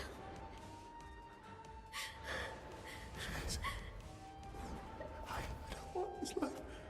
Stop saying that. I don't want this life. I don't want this life. It quickly became clear that I had fallen for the game's final trick.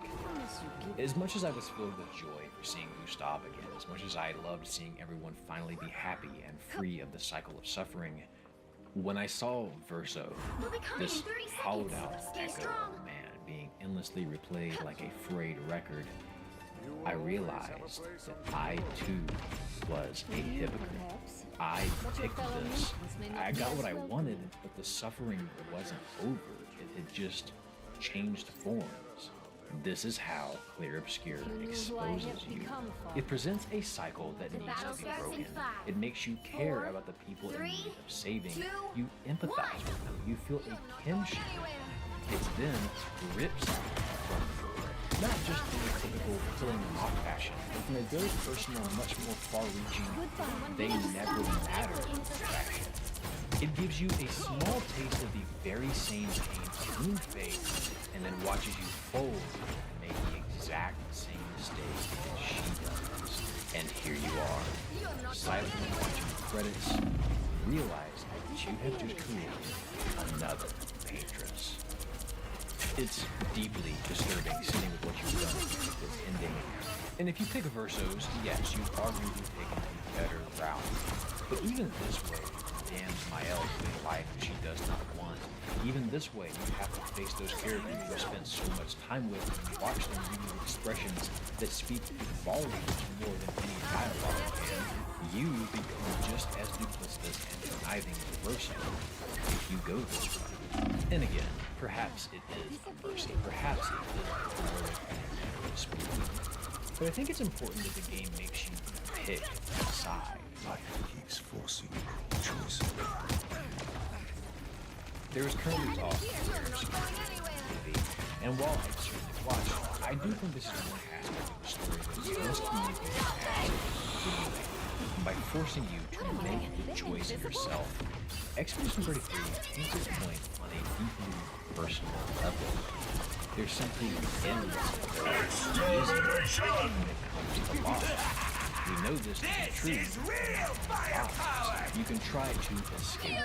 You can push it back to the stage, shut out most of the while you stay curled up in your ball. But this will leave you endlessly suspended in a fantasy that only causes anguish for those around you and leaves you to move forward. Or you can embrace reality. Despite how agonizing it leads to a world that doesn't have others. This game, like others from before, does not patronize you with a happy ever after. It makes it painfully clear that facing the grief head on, though absolutely hellish, is the only way to truly heal. And it's for these reasons that, despite how polarizing Verso is, many find him to be tragically inspiring. He knows that his actions will ultimately cost him ever seeing Julie again. He knows that he is using Expedition 33 and continually marches them to their doom. He knows what removing Aline from the painting and sending Mael home will do, and yet, despite this, he is kind to the Expedition. The moments he shares with them are still genuine. Helping CL find the peace for the losses she has, listening to the process for the past, being a dear friend to Minoko. He even consoles Mael on the way out because he genuinely loves his sister. It's how Aline painted. It's ironic that this painted version of Verso that Aline created is so accurate. He would prioritize the reveal of the song is. It's beautiful that the painted memory of her son would ultimately be the force that saves her. Let that wash over you. What would that person you lost want you to do? Will you let their memory be the reason you fall to despair? Or will you allow it to help you move forward? Will you honor the one who came before? Tomorrow comes. We continue.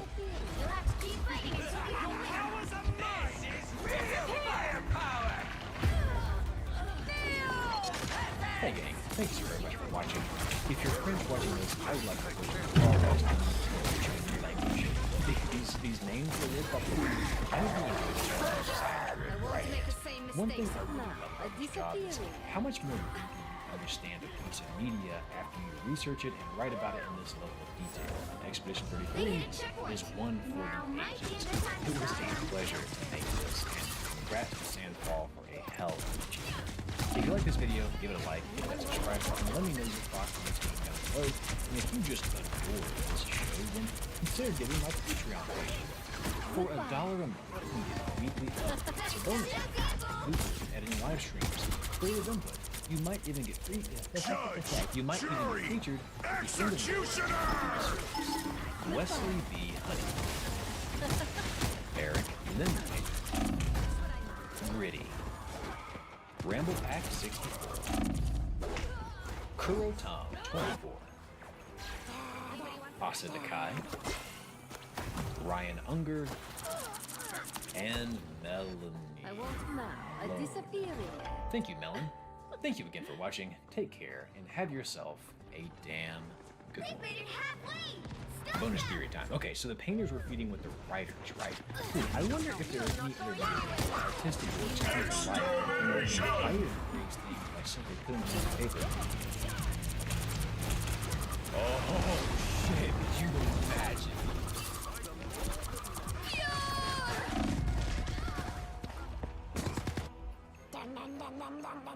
Expedition 33 is the best opening to a game I've ever. Look, I booted up this game to kill 20 minutes before jumping back into Oblivion, and now I'm 24 hours deep, emotionally wrecked, blasting the soundtrack in my car, and watching TikTok edits of characters I just met a few days ago. And the wildest part, I don't even like JRPGs. Look, it's not for lack of trying. I've dabbled in Persona, Final Fantasy VII, Xenoblade, Chrono Trigger, all of them. Honestly, I love turn-based games. XCOM is my baby. I love Pokemon and Baldur's Gate. It's just that every time I try to get into a JRPG, it's either too slow to start or just has one too many animisms for me. But Expedition 33 just gets me. And I'm pretty sure that's why it sold 2 million copies in a week. Oh my gosh. So today, let me show you what makes Expedition 33's opening so special. From the first cutscene to Judge, jury, executioner, hooks you, but keeps you engaged, laughing, crying, and well, crying some more is unironically one of the best uses of the medium of video games ever. Yeah, that's right, we're going full glaze. So, what is Expedition 33? Well, it's the first game from Sandfall, a new studio started by 3 ex-Ubisoft devs that basically said, hey, you guys want to make something good now? And left. But not before hiring a composer off SoundCloud, and now they've taken over every aspect of my life and also become one of the biggest indie launches of all time. Man, I wish French people were real so they could see this. Now, the game opens up with beautiful establishing shots of what I assume is the same city that Valorant practice ranges from. That it's here we meet our first 2 characters, just showing rocks, meet Gustav Pattinson and Ginger Shorts, but I guess you can call it now. Now, the cool thing about Expedition 33 storytelling right off the rip, that it doesn't tell you anything, it just shows you the world and expects you to be something. As someone who had no idea what this game's story was going into it, walking through a ruined city like this and trying to figure out what the fuck happened here was incredibly engaging. From this first conversation, we learned that Hachido and Gustav are a makeshift family, that Gustav feels useless but still shines with a comedic optimism, how tomorrow is some sort of expedition they struggle to get people to join, and that Gustav and the Sophie girl ended things, but today is her garage, and somehow that means it's his last time to see. What's going on here? Is that like a French kiss? Now, from here the game tells us to find Maël and go find Sophie, which, one, we learn that Maël has superpowers. Holy shit!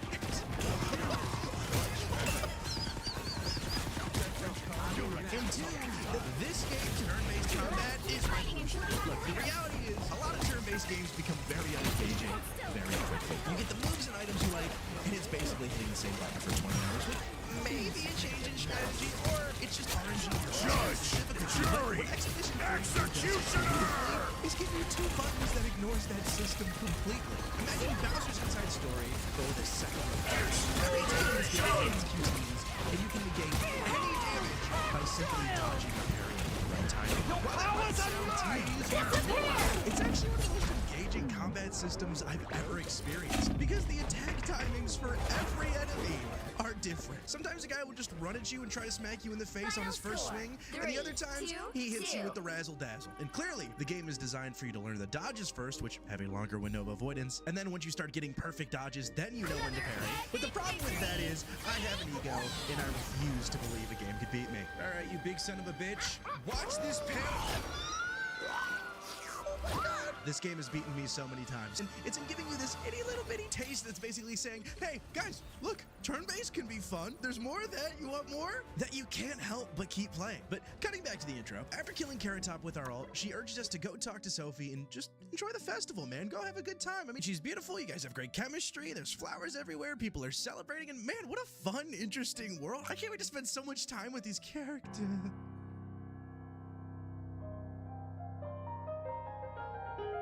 Oh, we're about to watch it go to 33, aren't we? Fuck. Wait, what the oh, that's the Paintress. Holy fuck. Quick shooter. Holy cinema. No, oh my god. Oh, they just disappeared. Oh my god. I'm here. Oh, she's gonna die. No.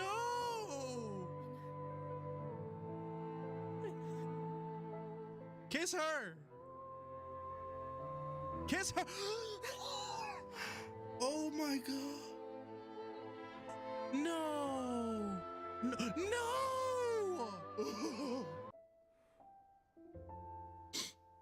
I'm not okay.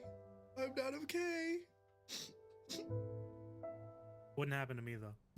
Where do I begin with this prologue? It would have been so easy for Expedition 33 to start with a 30-second cutscene explaining, oh, hey, that's the Paintress over there. Yeah, she showed up 67 years ago. Every year she lowers the number on that statue and whoever's that age dies. But instead, they just let you sink into this world, sponge in all of the loss, all of the sorrow, and all of the beautiful human optimism in that struggle, and then break your heart. They make you feel like a person in this world. Half of the people fading away in this cutscene are characters you just talked to about their own experiences of the Gamage. This guy couldn't get his son to talk to him before he left. This woman was bitter with Sophie for not having kids. And these kids were just excited to be out in the festival dressing up as some monsters. And none of them will get a happy ending now. The loss is already here.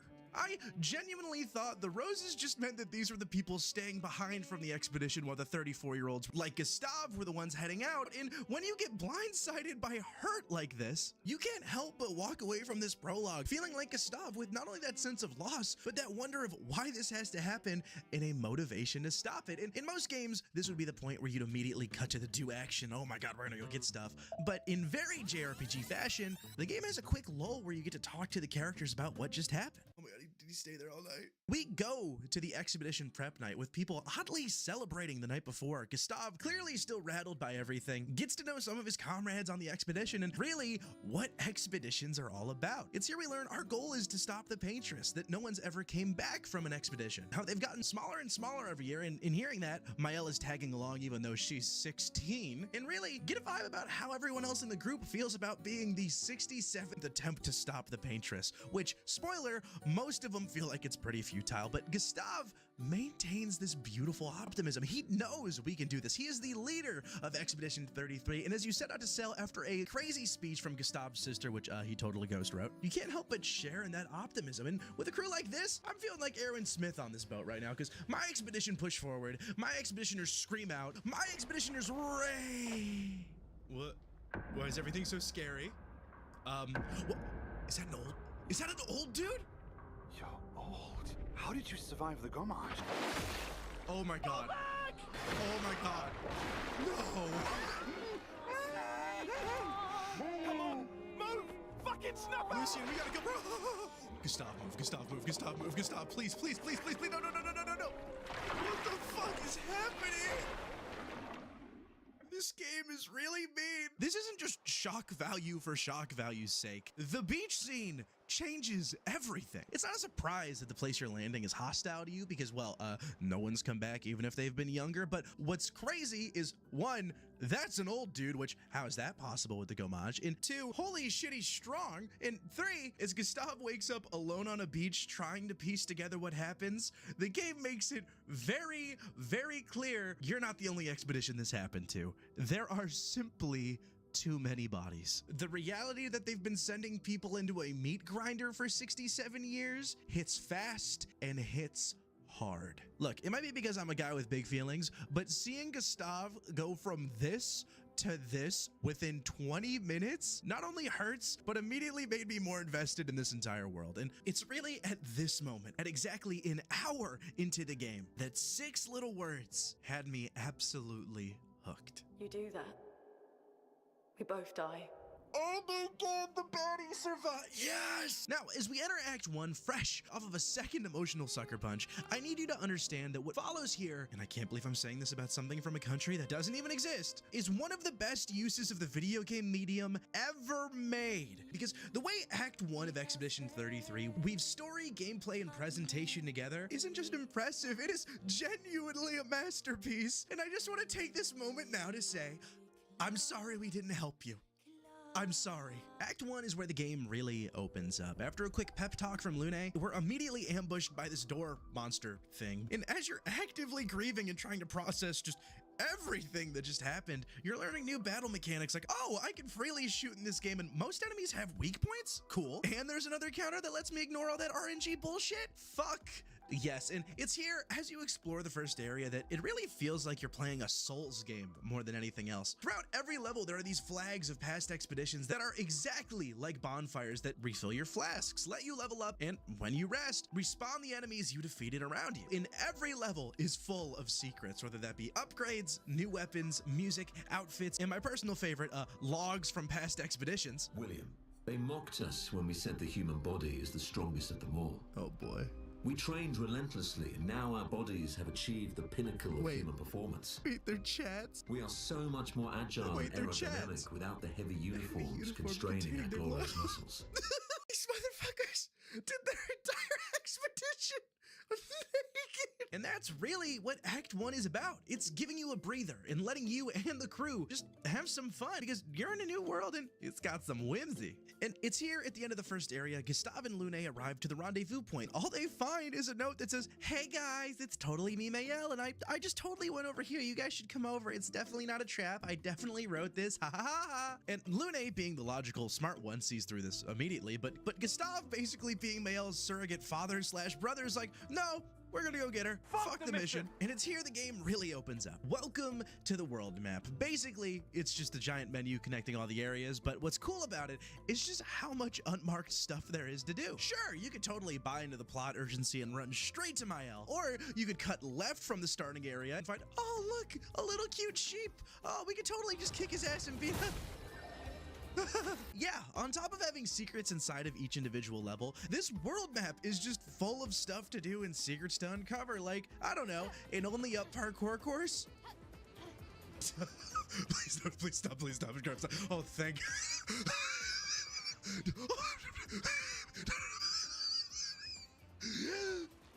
I'm fucking done. So after following that note's advice and head towards Bikini Bottom on Crack, where, surprise, Mayel is alive and she has a friend and he's friendly. Oh, isn't he just adorable? Yeah, it's here we find out Mayel's just been kind of chilling in this house in the middle of Bikini Bottom. She even has another friend named Noko, who's this little paintbrush creature called a Gestrel, which turns out there are friendly people here, and they're endearingly stupid. ... What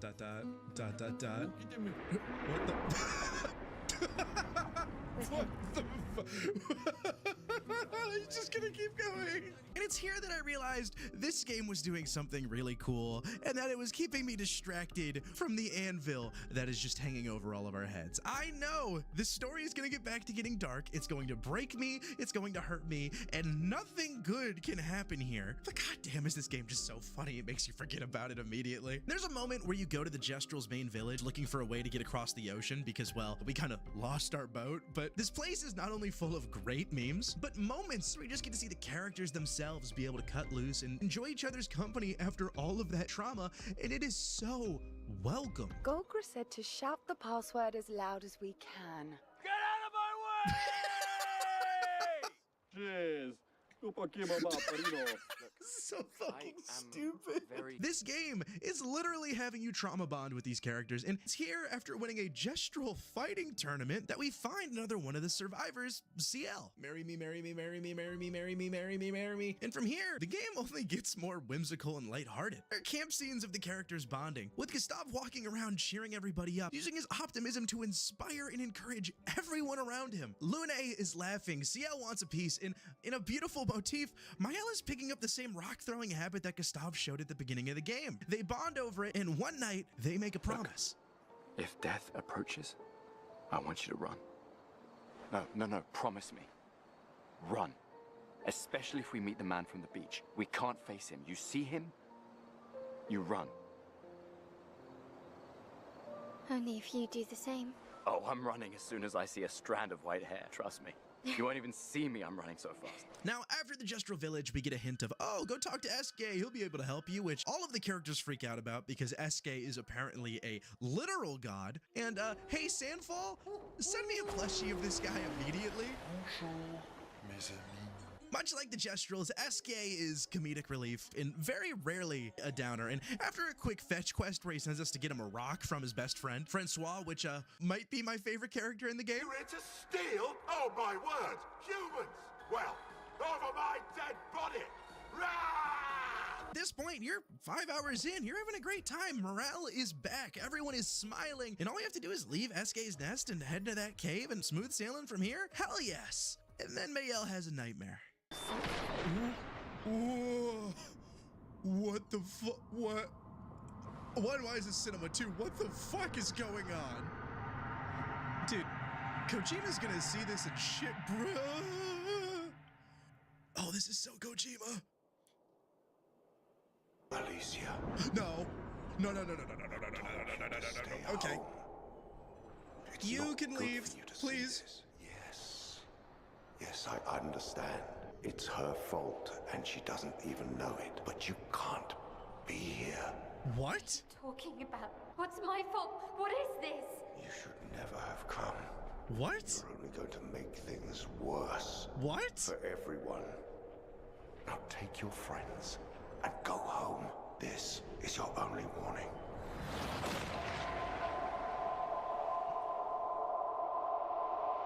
What just happened? Look, I'm gonna make this quick because this has nothing to do with the overall thesis of this essay, but I just want to say this scene itself is actual fucking cinema. The way that whenever they cut to black and white for these dream sequences, they not only change the aspect ratio, but the focal length of the lens and the framing of the characters and the lighting to, you know, work in black and white is something that I've never seen another game do. And obviously, very disturbing imagery. What the hell's going on here? Why is that guy that killed everyone watching us in our sleep? And who's the masked girl that looks a lot like Mayel? You can't help but immediately be filled with more and more questions. And the devastating part is that Mayel doesn't share any information with the group. And you suddenly remember, I'm watching a car crash in slow motion. The cave itself is pretty easy to get through. It's only a few enemies here or there, straight shot, parkouring your way through, until eventually you get to this dark tunnel. As you're heading down, lights flickering on until you find the beast. What the fuck?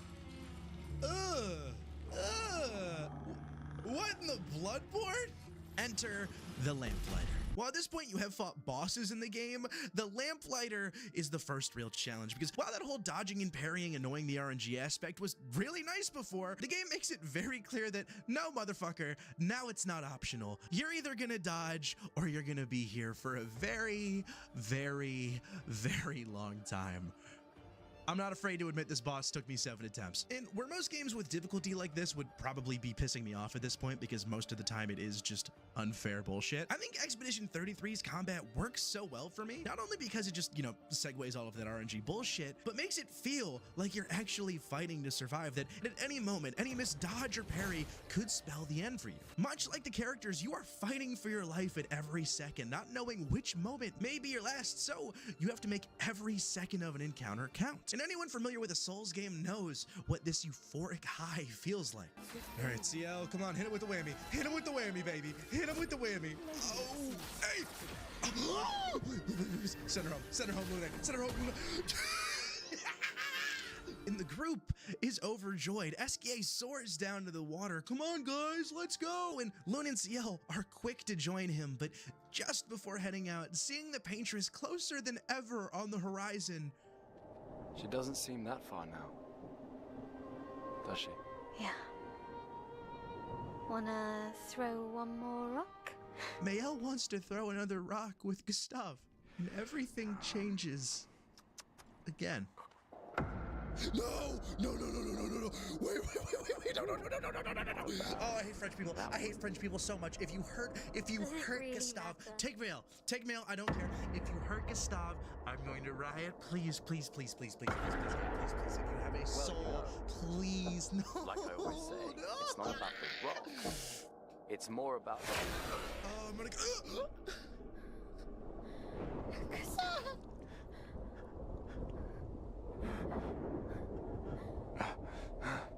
Run. The end of this act just ruins me. The old man attacks again. Mael stuck in a cage. It is just Gustav, and he's injured. He could leave. He should leave. The motto of the expedition, when one falls, we continue. You immediately remember the conversation he and Lune had at camp. Yes, I know. When one falls. When one falls. I am not letting Mael die out here. And the deal he and Mael made. If death approaches, I want you to run. Only if you do the same. Oh, I'm running as soon as I see a strand of white hair, trust me. You won't even see me, I'm running so fast. And it's then the pieces finally fall into place. The entire first act building to this moment, one promise, and you know he's not gonna keep it. And it's here Expedition 33 as a video game does the most powerful thing it can do and lets you be Gustav in this moment. You get to attack the old man using any and every possible move against him, but they do nothing. No matter what you try, nothing is damaging him. You feel more and more desperate, more helpless. And while the UI is on the screen, it's just throwing cutscenes at you. There is a meta of storytelling happening here. And just as you charge up your ult, your most powerful move at this point, the actual crutch of most of your combat until this point, and it gets him. Fight over. But as Gustav looks over at Mael and his arm falls from his body, the old man, just barely dazed, gets to his feet. Before it even happens, you already know. For those who come after. Gustav, no. Gustav, no. Oh, right?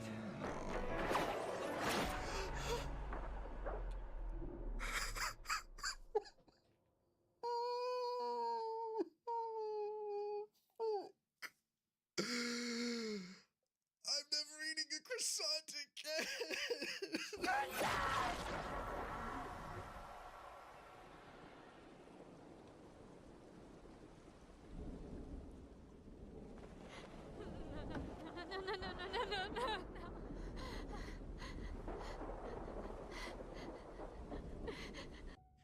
There are a million things I could say about this game, and I don't think any of them would be enough to describe the feelings I felt the first time watching it, and even now rewatching it again to record this video. Because to have the balls to do this is just insane. This isn't something video game stories do. In the few times that they have tried to do it, let's just say historically divisive. Looking back on it, there are so many signs that this was going to happen. I mean, with a prologue like this, a gut punch like that, and what I think is most beautiful about Expedition 33 is its ability to make you feel this indescribable feeling because it got you that attached to this character. You see, the thing I discounted most about JRPGs is their ability to connect you with its characters, the amount of downtime you spend with them, the little quips to each other, the countless little cute moments of friendship, all of it piling up to a bond with a character I have never experienced before.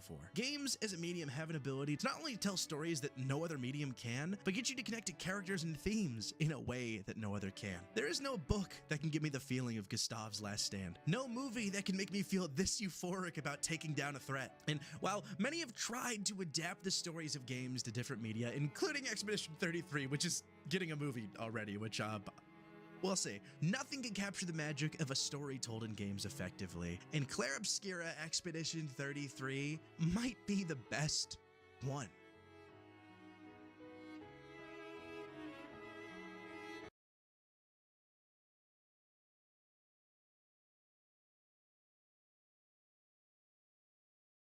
In my previous video, I discussed how the Paintress is a very unusual video game villain, because she does not seek power or control or to harm anyone. She just wants to run away to escape into a fairy tale world of her own creation, where she will not have to confront the harsh reality of her son's death. In contrast, at least in some ways, Renoir is a much more typical villain, because his greatest flaw is a need to control.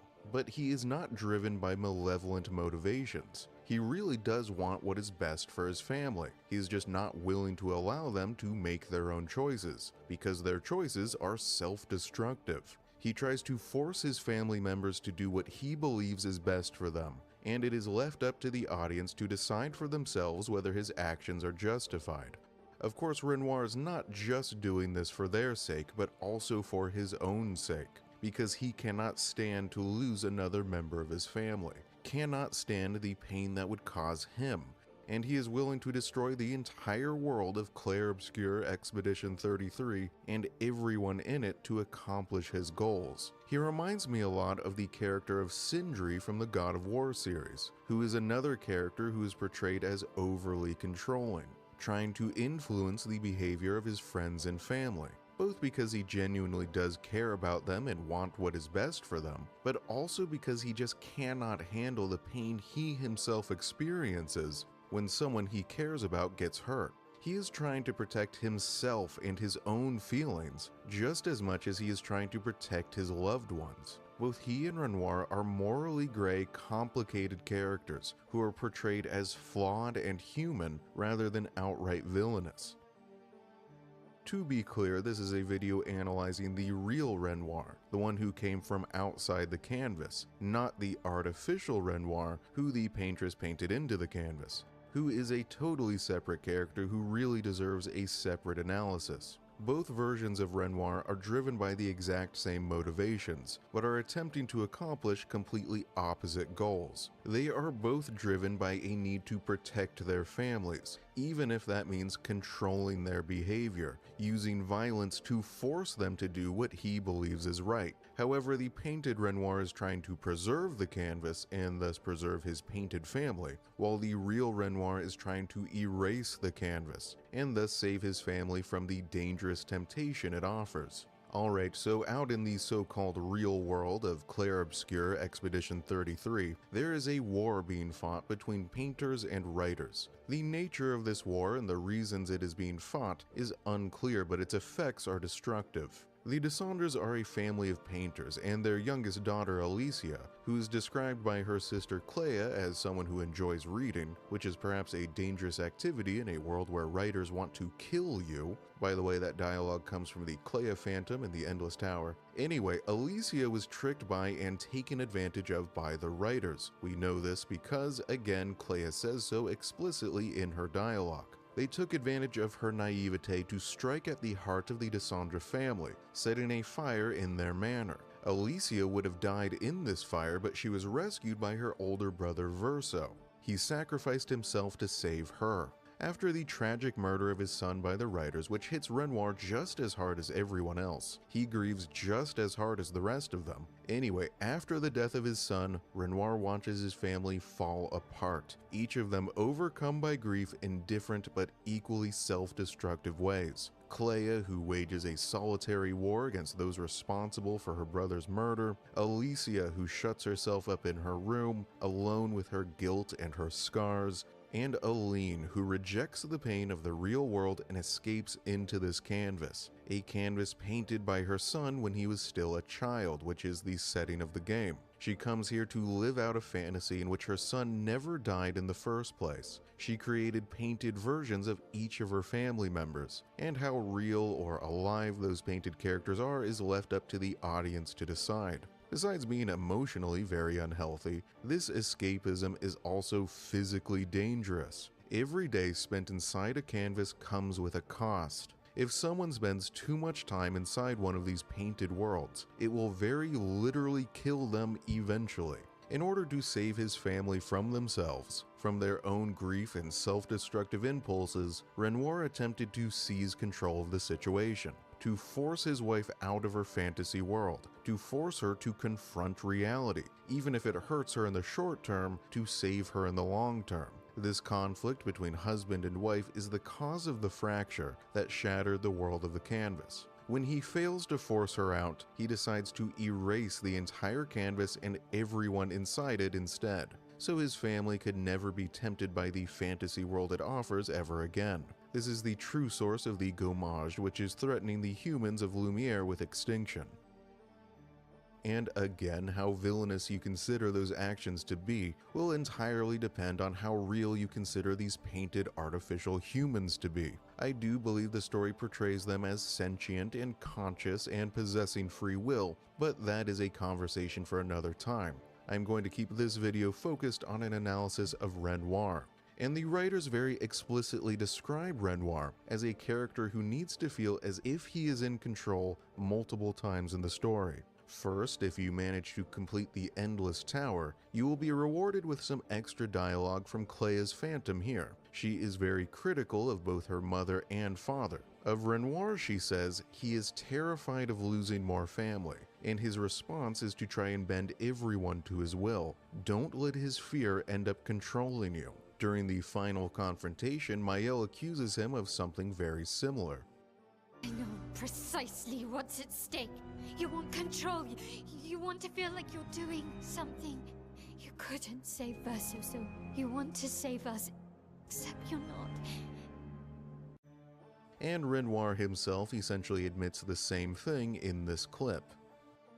I cannot spend another day with living corpses. Since the fire, our family has crumbled. Aline in the canvas. Clea fighting a solitary war. You, a living ghost. Verso's death broke us. Want it to be fixed. I need it to be fixed. I cannot lose you too. He needs his family to be fixed for his own sake as much as for theirs. This is just as much about his own emotional needs as it is about their well-being. He is going to fix them himself whether they like it or not. He is going to save them even if they hate him for doing it, even if it means destroying all of these innocent people who got caught in the middle through no fault of their own.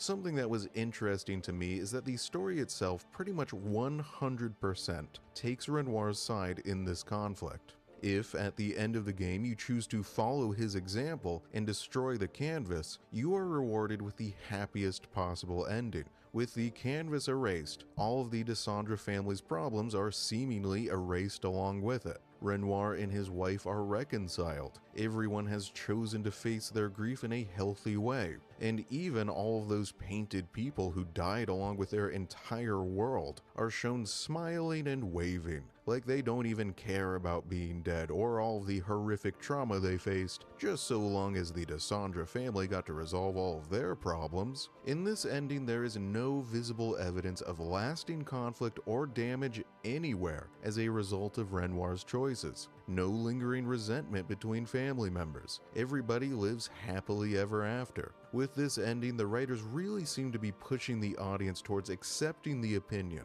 that erasing the canvas is a good thing, that these people's lives don't matter and Renoir is totally vindicated. Everything he did was right, especially when you compare it to the other ending where the canvas is saved, which is far darker and more troubling in tone. This is not a complaint or criticism, just an observation. Of course, this does not mean that the audience has to agree with him, and personally I don't, but again, that is a conversation for another video. For now, let's try and stay focused on how the writers develop Renoir's character. And so let's talk more about that need for control, because it is not just limited to this individual scenario. Take a look at this journal entry. Here, Renoir is speaking directly to his wife. He tells her that he does not care about seeking perfection in art, so long as he gets to go on this journey with her, which is a very sweet sentiment, and shows the audience that this harsh version of Renoir we encounter in the game is not who he always was. There really is a big sweetheart buried in there somewhere who just wants to be with his family. But I do not care about that. I am much more interested in the second half of the journal, where he says, Art gives us the perception of control. For a moment as I paint, I find order among the chaos. That is, for me, a moment of pure contentment. And that is truly better than perfection. This is a sentiment I have encountered elsewhere, that maybe we cannot control anything else in our lives, but as creators, we can control the empty canvas or the blank page in front of us. This is one small space we can have absolute total control over, one space that can be made orderly and meaningful and correct. That is Renoir's entire reason for being a painter, and the game offers us several examples of his paintings, and of course his creations tell us a lot about his character. They are the Axons, these fantastical creatures, massive in scale, powerful and beautiful, imposing and seemingly insurmountable. But as Mael says, Renoir never paints just for the sake of painting. Each of his creations is wrapped in layers of parable and metaphor, meaning and purpose. Everything is a lesson. So let's take a closer look at these Axons. There are 4 in the game, each a metaphorical representation of a member of the Desandra family, which shows us that Renoir is utterly devoted to his family. Everything he says and does is related to them somehow. But the most interesting aspect of these creations is that they are not idealized representations of his family.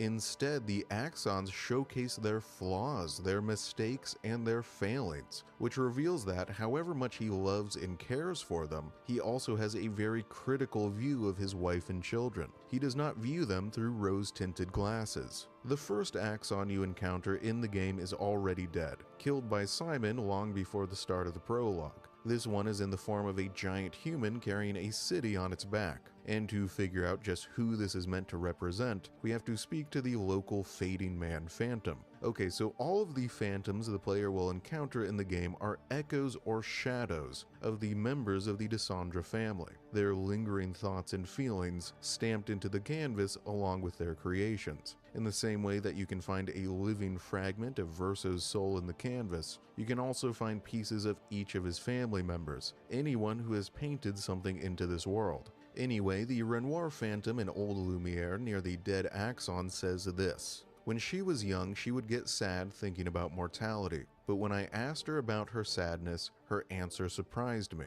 She who painted Nevrons. She was not scared of death itself. She was sad because there are more works of art than she would ever be able to see in her lifetime. So many fables from around the world she would never be able to collect, to bring to life in her workshop. All the beauty in the world she would never get to experience. I encouraged them to believe that their dreams are within their grasp, but she proved me a liar." The she he is referring to is Clea, she who paints Nevrons, and this means that the nearby dead Colossus is meant to represent her. This creature has actually gathered a city of wonders on its back, architecture and stories and experiences, to carry them with her always. It is a walking, living art collection, or at least it was before it got killed. The Axons are important because they show us how Renoir perceives each of his family members, what he views as their true identity, and to him, Clea is a woman shouldering great weight and pressure and responsibility, and also an artist struggling in the face of mortality,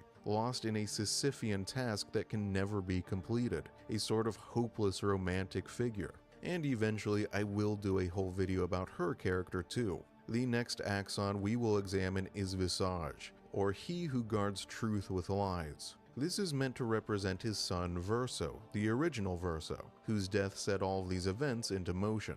Visage shows us that Renoir viewed his son as someone who hid his true feelings behind masks. And in this journal entry, Renoir suggests that Verso was even hiding his true feelings from himself.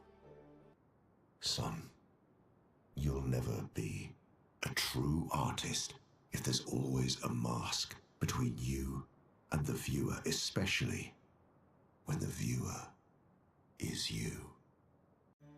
I think there is also a kind of domineering aspect to Renoir's character revealed in this journal. He is a bit heavy-handed. Anyone who is trying to dictate to others who is and is not a true artist is at least a little bit of an asshole. Anyway, it is very important that Visage is not even the true Axon, but it is actually this guy, the Mask Keeper, who's portrayed as menacing, strange, and deceptive. I think this aspect of hidden identity reveals that the original Verso was something of a mystery to Renoir. He did not really understand his son and seems to have suspected that Verso did not even understand himself. A complicated figure who is careful to never reveal what he really thought or felt about anything to anyone.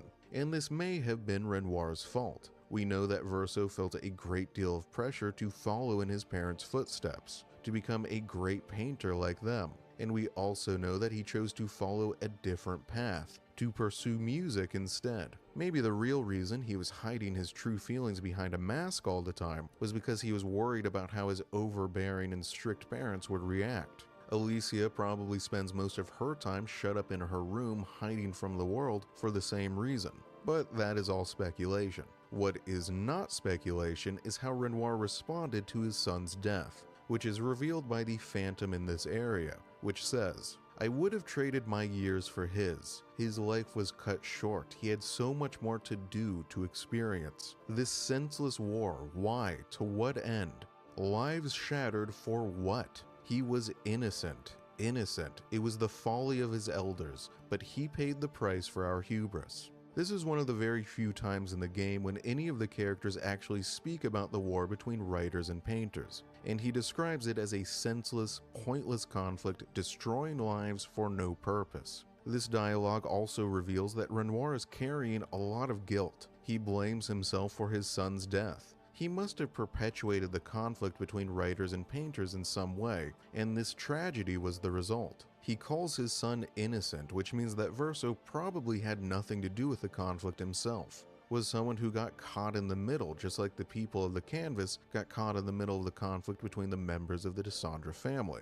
I think it is also notable that Ciel is the one who ultimately defeats the Mask Keeper, because she is someone who does not hide behind any masks at all, who is always honest and upfront about her feelings. The fact that she is capable of overcoming Renoir's creation, not through battle but through emotional maturity, lends evidence to the idea that she is something more than just an artificial creation, that she is just as real as those who created her. But again, that is a conversation for another time.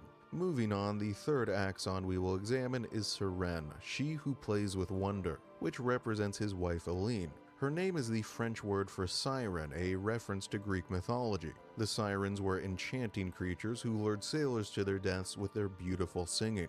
Sirene is also portrayed as an enchanting figure, surrounded by beauty, perpetually singing and dancing. But the true nature of her temptation is only revealed when our party of heroes engages her in battle. During this cutscene, Sirene attempts to overwhelm the protagonist not through sheer force, but through emotional manipulation. She shows each of them an image of a lost loved one. For example, Maëlle is shown Gustave and Ciel is shown her dead husband. What Sirene tries to do to the expeditioners here is exactly the same thing that the real Aline is doing to herself in the canvas, by creating a new version of her dead son. And ultimately what she does to Maëlle too, becoming entranced by an illusion and unable to pull away.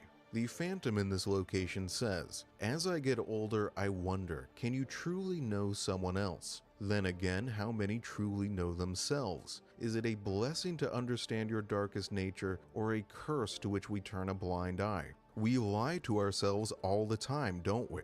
About things we would rather not admit or confront, about ourselves, about each other. Then there are the things we genuinely don't see. I wonder, I have nothing but time these days to wonder what I missed that might have changed things. What is it that I did not see, that I could not make myself see?" He is of course talking about his wife and wondering whether he ever really truly knew her. Which dark truths about his wife's nature did he refuse to face, which led to this tragedy? The Phantom version of Renoir is portrayed very differently than the harsh and domineering version we meet in the game. The Phantom is thoughtful and so much more unsure of itself. The real flesh and blood Renoir seems totally sure of himself and his decisions at all times, like he knows for an absolute certainty that he is doing the right thing. But the Phantom is constantly questioning himself, second-guessing his past decisions and his relationship with his family, thinking himself in circles, obsessing over past mistakes. It reveals that Renoir is not nearly as confident as he presents himself to be. Alright, now let's examine the fourth and final Axon, the Reacher, or She Who Reaches for the Stars. This Axon is very different from the others. The previous three were all representations of who Aline, Clea, and Verso really are, or at least who Renoir perceives them to be, whereas the Reacher is a representation of who Renoir wants his youngest daughter to become. In truth, Alicia is not someone reaching for the stars. She is really the exact opposite. She is someone who spends most of her time shut up in her room, reading stories, hiding from the world. She is unable to meet the high expectations of her family, as evidenced by the very harsh and critical way Clea speaks to her in this scene, or by the fact that this tiny frame in the bottom right is the only painting of hers that Aline ever considered good enough to be displayed. Alicia is a character plagued by feelings of self-doubt and alienation, while Renoir is desperate to show his daughter that she can become something more, that she could learn to fly. This is Renoir at his most positive portrayal, a father trying to inspire his children to be the best versions of themselves, rather than dictate their path for them. The Phantom here is much more sober. He says that Alicia will never forgive herself for her role in her brother's death, never overcome her scars, and he knows there's nothing he can do to ease her burden. Okay, so putting all of this together, what do the Axons actually tell us about Renoir's character? Well, he is definitely a truly great painter. His creations are beautiful and powerful, and also imbued with meaning and purpose. He is utterly devoted to his family, they consume all of his thoughts, but somewhat surprisingly, he also views those family members through a critical lens. He is very aware of their flaws. He is unsure of himself and his choices, blames himself for his son's death, and worries for the future of his surviving children.